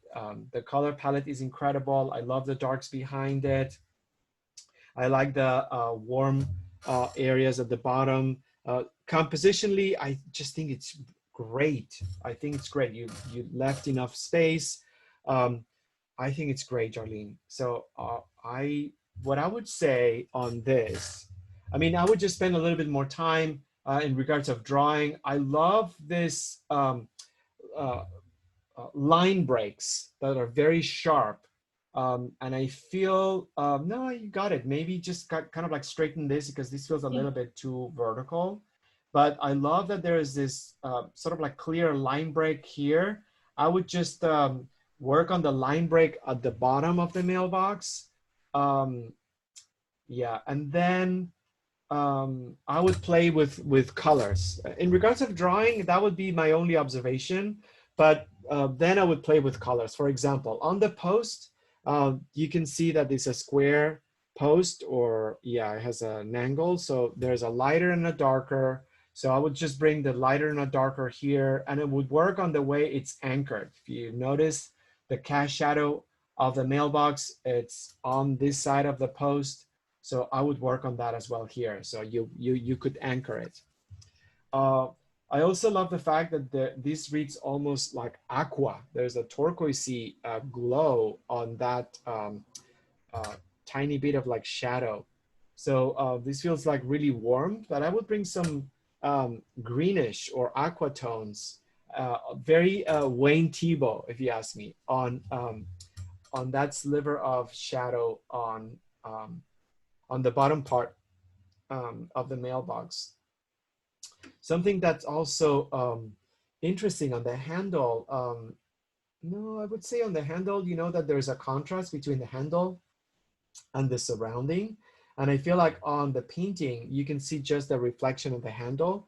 So I would just maybe lift up the color a little bit, or the value, because right now I can see that it's a handle, but only because of the reflection. So maybe I would make this a little bit lighter on the painting, a little bit lighter. So some work of variations of temperature and value on the post. And then on the background, there's something really cool that you did here. You brought some like almost like scratchy reflections. And I think you could carry this on the other glass, because I feel like it's something that could be brought also on the other panels. Because right now it's only on one. And I feel that would really animate the background a lot. And I also love the fact that, you know, I know that this feels almost like a hedge, but there's some of the foliage that goes up and then goes down. And here it's pretty much compartmentalized, it's like really cut. So I would just bring some of this foliage higher. I think you did, but this it gets a little bit confusing between, is it foliage, is it frame of the window? So I would just keep the frame clear in this area and this area right here, and then let the growth, even if it goes higher, doesn't have to be exactly like the photograph, but let it just grow a little bit above. So then you're gonna have clear visual planes, the post, the foliage, and then the frames in the background. Julio, this is a very small painting. It's only 5 by 7. Oh, okay. Oh, wow, this is amazing. It looks really big. I felt I could get going a little faster. And okay, good. Yeah, I could see that you did much more than I'm usually that I see. So fantastic. So same thing applies, I would say. It doesn't matter of the size. Just if you have like smaller brushes, but I would just apply everything that I said. Or apply everything that I said. Consider everything that I said, because you could still add it and then create much more elevation. And you know what was kind of interesting for me was I had my paint already out from like a day and a half ago from doing the other painting. So a lot of my stuff was all mixed up in colors and all that. Like it was very dirty brush, but I didn't feel like getting new paint. I was lazy about it. And I think no, perfect, because I think we talked about it. I love when the paint is not perfectly separated. It just helps the colors to become more varied. So to me, that it's better. That's actually better. Yeah. So this is going to be a precious little painting. I can imagine this. The size of it and what it is, it's just going to be incredible. Darlene, I have 3 of this size, so I'm thinking I'll do 2 more in this size. It'll have the COVID theme, and they're, you know, could put them together. As a matter of fact, I just also feel that conceptually, and this has nothing to do with the painting, but the fact that you used a postcard size for this particular assignment doubles down on the conceptual the foundation of why we're doing this. You know, it's a painting that could be mailed in the post. So I think it's brilliant. Has nothing to do with the painting, but I think conceptually it makes a lot of sense. Great, thanks. Well I have done. a lot to work on with this, but it wasn't as frustrating because I felt I could get further along during class. Perfect. Yeah, no, I mean, it's a smart decision, and I think it's good that you do it once in a while or for a period of time, because you will be able to. It's not going to be easier. You're still going to see a lot of things, and sometimes it feels like you want to spend even more time. But because of the real estate, you'll be able to do much more in the time that we have allocated. So it's a smart decision. Okay, I might go to, this is a little small though. I think my next thing is probably going to be more like 6 to 8 or 8 Okay. to 10 Yeah. because this is really small. I think yes, yeah, I think that's a good idea too. Yeah, I think that's perfect. That's a good size, and a lot of plein air painters, they actually have those formats, so it's good. Good, Darlene. Good job. And so Sarah Jennings, I think you're here, right? Yes. I'm here. Okay, perfect. Yeah, so this is wonderful. I love the image so much. I like the fact that you have um, the um, the mailbox, which is gorgeous and beautiful, and then you have the door and the window and the light and a lot of cast shadows. It's the sun is directly reflecting on the surfaces. Compositionally, it's really interesting.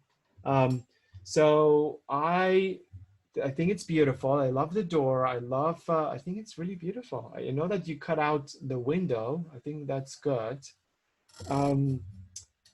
Yeah, I think it's just great. So I'm looking at the composition. I think compositionally, that's very interesting. Good. Yeah, compositionally works for me. Just because it feels intentionally cropped. Um, so things that I would do, I would play more with the light, like details. For example, the light underneath, just because it has such a strong cast shadow, I would create more of a darker shadow, because if you notice, so there's the light and look how dark this is. Yeah.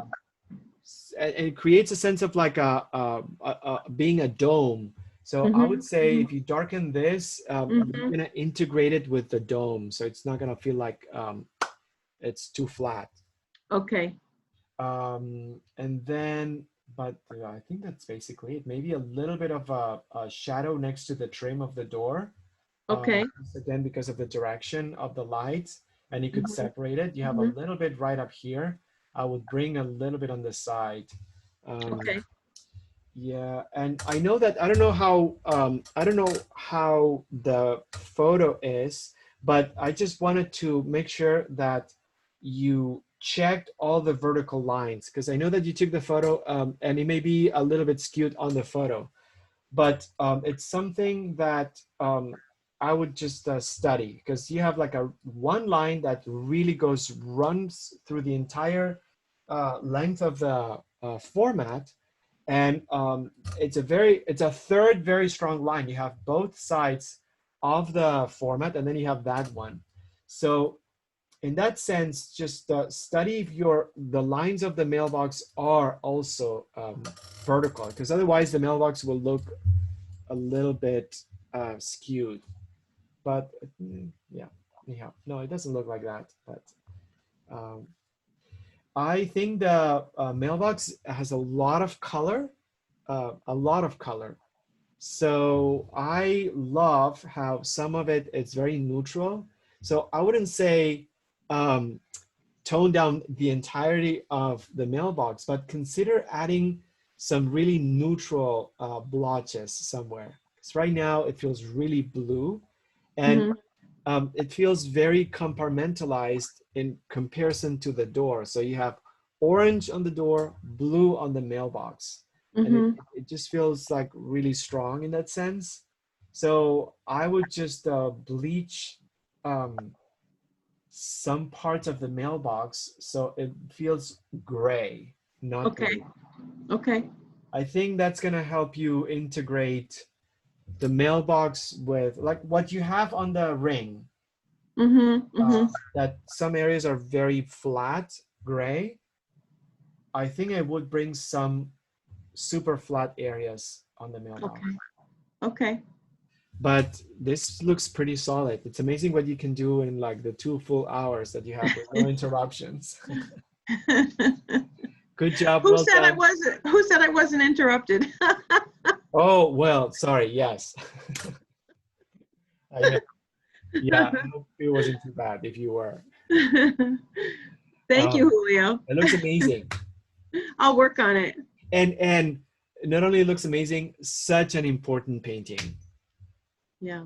Such an important painting. I almost feel like this is another self-portrait in a way without our faces because it's Well, I also thought that it was funny to have such a classic door and mailbox with the ring right yeah. next to it, which is, a sign of our times. Right. Yeah. Talk about the scope of history that you brought in, the old school mailbox, the door, and then the Wi-Fi device. Good job. Beautiful painting, Sarah. Thank Thank you you. for doing it. And so I think, I think Julie, yay. I'm so happy that we saw your name, we were so thrilled. This looks Hey. amazing. This is in Ojai, right? We think. Yep. Okay. And I'm used to having an urban mailbox too, but now I have a new, more of a rural setup here that I walk down to. It's about a quarter of a block away, not far at all. Okay. Well, I love the fact that this is a landscape with a mailbox in it. So I know I did some close-ups of the mailbox itself, but it's so dull that I thought, oh, I right. should. No, You I know, think maybe- that's it's really smart. The fact that you actually integrate with like a wider space, and it also brings a little bit of difference between the paintings. So I really like that. This looks really good. I think I love the texture of the foliage. I think that's really great.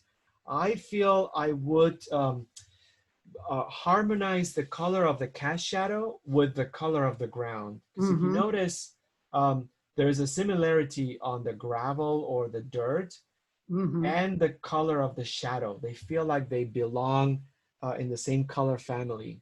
Right. So if you bring that on the painting, then it won't be a clash between that who may be looking more like an object, and the mailboxes will really stand out. I think you're right, because So- it's all reading too much of the blue, the Yeah. Payne's gray. I mean, that's a minor thing, but I think that's gonna make the mailboxes stand out a lot. And then other than that, I just I love everything else. I love something. No, then never mind. Yeah, because I like the idea of a path. It almost feels like there's a path. Yeah. Um, I feel like when I look at it this way, and I don't know if it was just shooting it with a camera in the sun, but it reads very blue and not as gold as I think the painting is. But I feel like I need to bring in more of the gold. Yeah, that would be a good idea. Yeah, I think that would be a good idea because it's going to give you a nice contrast between the greens or against the greens. So But the Payne's gray, you realize how much blue is in it. It's just incredible. yeah. I love the agave blue against the bush. So that's just beautiful because you bring different kinds of vegetation at different levels. I love the fact that it's not aligned in the same horizon line, that you have different elevations of that. So that is fantastic. And I like the mailboxes because this was really hard because what you capture is a radiating perspective. So this mailbox, it's the vanishing lines are on one direction and then the other ones are in a different direction. So I think it's beautiful. I would also bring up the rust underneath. Okay. Mm-hmm. Yeah, so it's a little bit less neutral and more like warm, because otherwise Okay. it disappears a little bit, and I feel like it's so intense. It's beautiful. Mm-hmm. Good idea. Yeah, good job. And if you can, I don't know if you can, oops, but something that really pops. Well, you did it. Never mind. This red Mm-hmm. pops so much. So even if you mix red with orange, Yes. it's gonna give you a really like Brighter. red. So you Okay. could, yeah, you could just bring that orange on top, even with a little bit of white. Okay. Yeah. And because I feel like that color pop is beautiful. And do you think the stone pedestal, it works okay? Or I was having trouble making it look like stone, and then I feel like my black lines got a little too big. I think it's beautiful. I think the stone, well, now that I'm seeing it, maybe the line quality feels a little bit too even. And I feel like it's really softer at the bottom. Right. So I would probably soften a little bit those lines. You can make it darker, but using the same tone. Right, maybe not the Payne's gray again. Right. Go with Yeah. Good call. Brown. I think that would, but I love the look looks amazing. I love it. It's beautiful, Julie. It's a great painting. It's a great Thank painting. you. It was a lot to do in 2 hours. I feel like, woof, exhausted. You did a great job. And the numbers, I don't know how big this format is, but the numbers you did a fantastic job. It's a 9 by 12, and I was going to leave them off, but they mean something to me. So ours is 1477. So it's fantastic. I love them. And yeah, I think they're beautiful. And you could even, I mean, I don't know. I mean, if this is the one that means the most, you could even make the other ones less visible, because this one, the 1655, stands out a lot because it almost looks like it's partially in the sun and partially in the shade. But if the one that you want to stand out is more meaningful, then you could kind of like make them, fade them a little bit so they're not as white. would you just do a wash over it then, or do I have to try to repaint? Yeah, I would do a wash, or I would tab on it if it's wet. Maybe tab it on it, and then it removes a little bit of paint, but the number is still there, but it's not as graphic. Okay. So with a cloth, you think? With a cloth. Okay. Yeah, with a cloth. Do a test, but I think conceptually something to consider if you want just one to stand out. And then even the red, that red could be even more popping even more. So then the other ones could be more muted, and this one is the one that you want to. Almost as if the periphery of the painting or the peripheral area would be created like almost as a vignette. Yeah, okay. So a little softer, yeah. Okay, great ideas. Good. Good job. Thanks. Thanks. Thanks, Julie. And cool, I'm gonna do a final refresh. Julio? Yes. It's Kathy. Hey, Kathy. I'm sorry, I haven't been involved so long that I entered late, and I tried to send the pictures to Jen, and I sent them to you. Oh. But it's okay. I don't want to hold things up, but I just wanted to tell you about it for when you do open it up. I'm sorry, Kathy. I'm just seeing them now. I'm so sorry about that. No, it was really late, and I'm having trouble with my phone. So until the pictures get up, I've been writing to the immigrants at the detention center. Yeah. And if anyone's seen Immigration Nation on Netflix, this same crap is going on, and it's horrible. And I should be worried about the vote, but I'm worried about how these people, that's their only outlet, is to write to people. And so I took a picture of the post office box, you know, with the whole wall of post office boxes. And that's what I painted. So when you see it, you'll wait.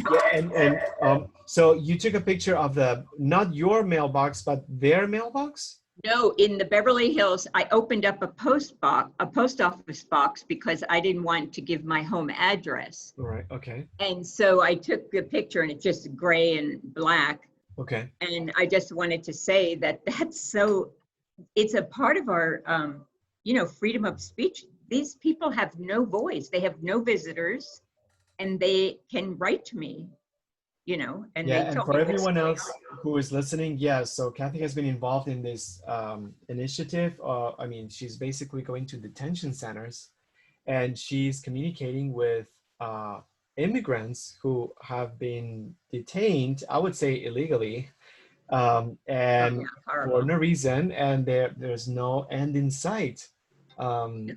And she has she's been telling us about the communication that she's had with via letters um, It's with some of them. amazing. It's amazing, Julio, how they'll tell me they were like at the end of their rope that day and they got that letter, you know, and now I'm trying to send pretty cards, and I did paint some postcards too.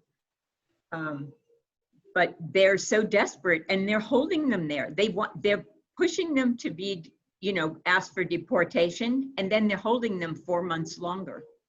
Just horrible. Wow. And some of them I will forward the case to ACLU because some of it I get enough information. Anyway, sorry for talking so much. No. I think okay, got it. Thanks, Jen. Oh, there it is over there. Yeah. It's very primitive. I'm sorry. No, that's beautiful. Actually, I have to say, your painting looks amazing. I love it so much because you know it could be anything, but I like the fact that you chose this sort of like angled. Good job. I think it's beautiful. I love the cast shadow on it. I like the highlights between the boxes. If anything, Kathy, if you wanted to work on it, I'm going to focus on the painting and for 1 second. But so this line right here, the vertical line that separates the mailboxes, Yeah. it's very dark. So I would just lighten it up a little bit. Notice that this is a little bit lighter. And then the darker part of the frame, it's underneath this area right here. And the way you painted everything feels like it's the same black. So you have everything beautifully done, but I would just lighten up a little bit the frame of this part right here. And I'm going to put the numbers on too. Okay, but I love the keyhole. I would enhance the cast shadow projected from the top of the boxes down. So you have it right here, but it's barely visible on the upper row. I would bring it up. I would bring it up because that's beautiful. That makes it from flat to having perspective, not perspective. Yeah, an eve. Yes, So yeah. look at how dark it is right here, the shadow. So yeah, I would bring them up and make even the bottom one less shy. I mean, this is beautiful right here, but good job. It's a great painting. Great painting. I'm so happy that you're back. Okay, I'll try to come more often. Yeah, and thanks for the story because I didn't see that side of the story and how that the crisis right now with the mail service could affect the only outlet that these people have to communicate with the outside world. And jails too. Yeah. Yeah.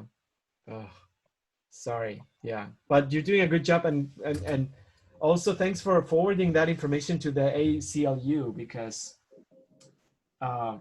yeah, they need to be the information needs to get out to some legal advisor or something. Mm-hmm. Just terrible. Anyhow, well, thank you. Yeah, beautiful painting. If you can do these few touch-ups, and then if you can send me a photo of it, like on the outdoor lighting. I love your easel. That's gorgeous. Is that a new easel? What? My easel? Yeah.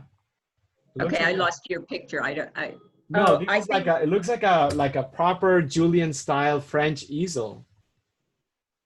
Oh, okay. I can't. I've lost the picture, but I Oh. have a wooden easel. But I think I just took a picture of it on the table. Oh, Yeah. okay. Yeah. Okay. All right. Well, thank you. Thanks, Kathy. Bye. All right. So I'm gonna stop sharing, and thank you so much, everyone. And everyone's still here. That's incredible. So this was a really fun Good.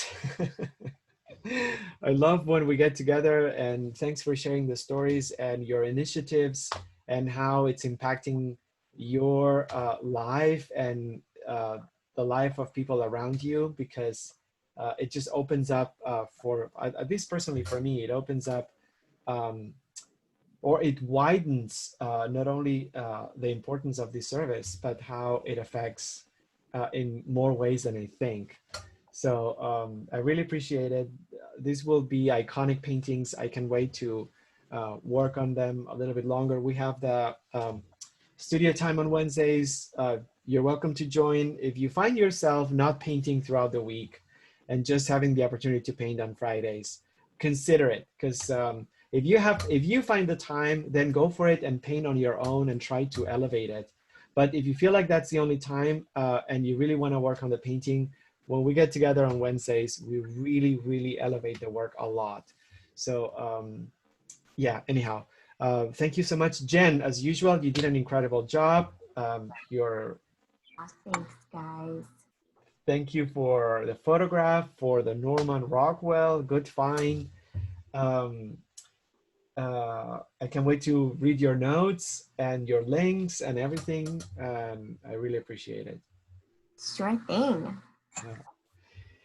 And on that note, yeah, yay! Thank you guys. And I'm just gonna, yeah, you can unmute yourselves now if you wanted to, but thank you so much. And I really, yeah, like every Friday, this is what we're doing is, what we are doing is incredible. And I'm so happy that you guys also see it this way.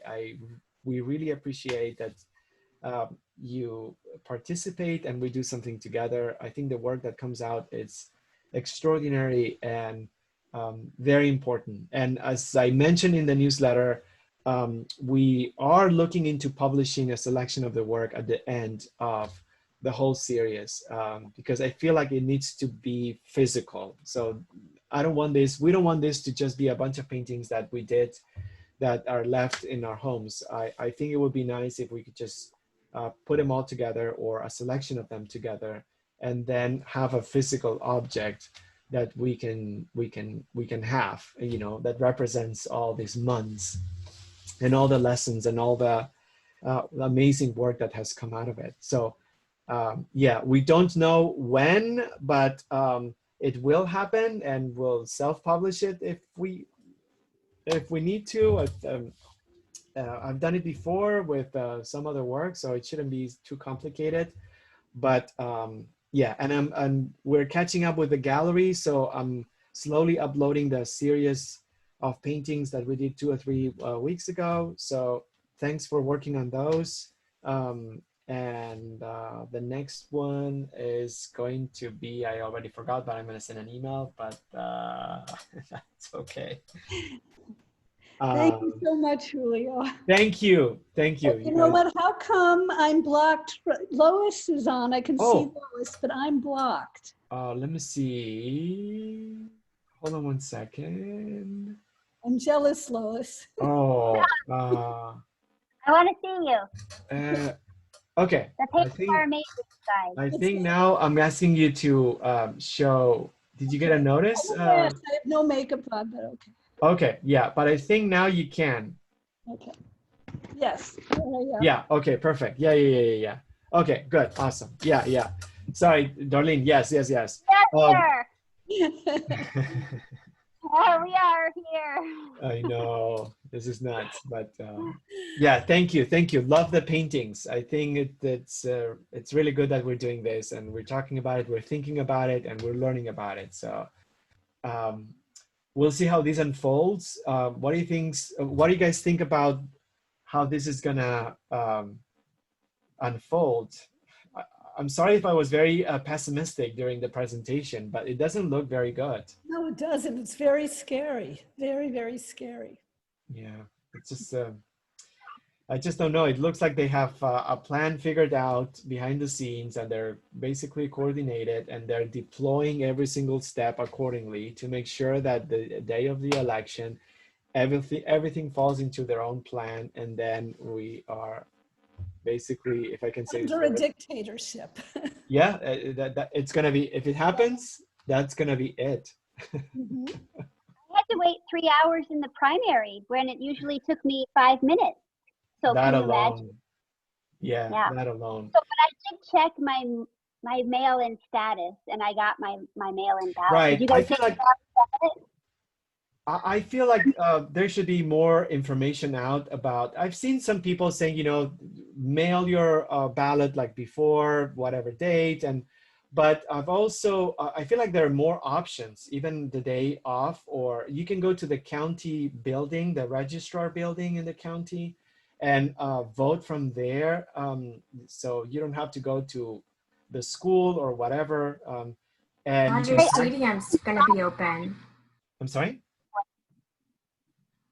Oh, I was just saying that they're opening Dodger Stadium. It's the first time in history that a sports arena is going to host voting, but it was something that LeBron James and the Dodgers pitcher David Price put into action. And so that's going to be a huge option. And I feel like that LeBron's going to like charter buses and stuff too. Like, I feel like he's going to do a huge campaign just to get people voting. Yeah, yeah. Well, listen, I think drop off your ballot. You can drop off your ballot at the voting center, your mail-in.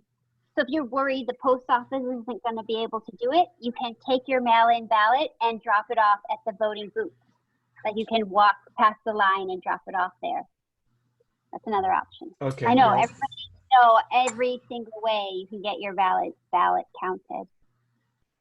Yeah. Well, I think I think more information needs to be put out for people to know, because you know, I know people they see a line and I know that they didn't vote last time.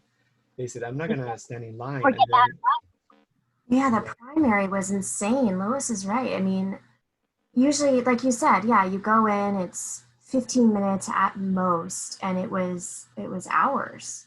And that was just the primary. and Oh my God. yeah. So, and I was reading, of course, I shouldn't read because, you know, I can even vote. I cannot even vote. I'm not a citizen yet, but, you know, but I'm getting all worked up because this is crazy. But today I was reading an article about someone that said that one of the, they suspect that the plan would be that they want to create this confusion, so people who are loyal to the dictator, let's come on. So they don't use the mail, and then they vote the same day, because when the votes get tabulated, the in-person votes get counted first.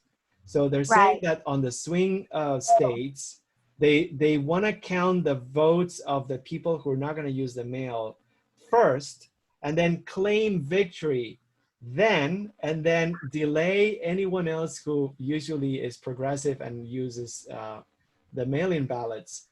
Just put them in the mailroom and not sort them out, and then yeah. So I'm like, it's like a James Bond movie, you guys.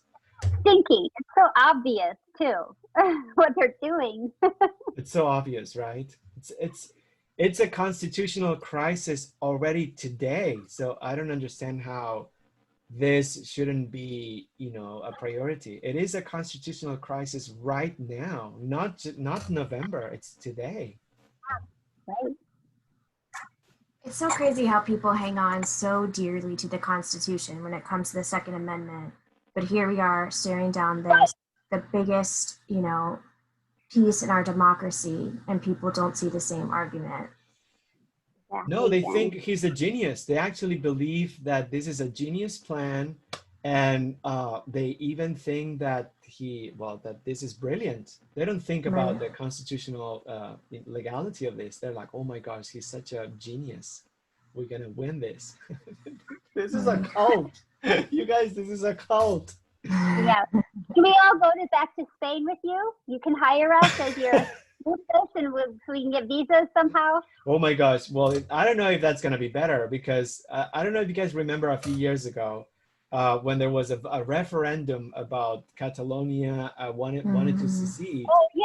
So I never got the mail-in ballots. and I went to the embassy and I complained, but they couldn't give me an answer. So even for that election, I mean, I'm familiar with this. These are tricks that have happened many years in Spain. So I don't know if that's going to be a better democracy. It, in all fairness, it looks like they're using the tricks that are being used in Europe to, to prevent people from voting. So now this is being used here. I mean, it's just insane. I never received the ballots. I couldn't vote, and I couldn't vote in person at the embassy. They said that it was impossible. So, and that was just last year. Yeah. Anyhow, so yeah, let's go to Spain. But I don't know if that's gonna be better. I think we're better off, fighting the things here and see if things don't end up the way they look like they're gonna end up here, and hope for the best. But it's just I feel like there's not enough community mobilization, I think, and we're approaching fast. I know that some politicians today, even with the other side, they should be screaming about this, the Biden side. I don't think they're doing enough noise. They're not doing enough noise about it. They seem like very nonchalant, they're just going to deploy a bunch of lawyers on election day. That's not going to do anything. No. I think. I don't know. Well, we'll see. Anyhow, sorry to work everyone up, but I'm being pessimistic, but it's pretty incredible in the history. You guys have lived here more than I have. I've been here for 21 years, so I don't know if you've ever seen anything like this before. To me, this is new. I've been here only Never. Never. Yeah. I mean, I guess that's ignorant to say. I mean, I say that as a white woman, and being of a privilege to always feel like I had the option to vote, and I know that's not the same for every American, for sure. But on this level, I've never seen anything like it. Yeah. Well. Right. Well, let's share some knowledge if we find anything that's good. Yeah. Spread the information. Yeah. I bought my stamps, I sent my postcards, but it's not enough. No, but what you said is good, because I do help other people vote and stuff. So yeah, it's good to know that they have options, because otherwise some people feel frustrated. They get the absentee ballot, but then they don't fill it out, or they fill it out the same day and they don't mail it, or they see the line and they don't even fill it out. So I just keep telling people, you should do it. I'm very lucky where I am, because I'm just going to go in and vote, and there would never be much of a wait at all. Right. Yeah. And with all these crazy zombies and people that are in this cult, God knows that day what's going to happen. It's people brandishing guns, and it's going to be a shit show. Oh God. I mean, not probably to us, but if the mask situation created such division, the voting day, it's just gonna be, wait for it. You'll see. I would send it in. Send it in.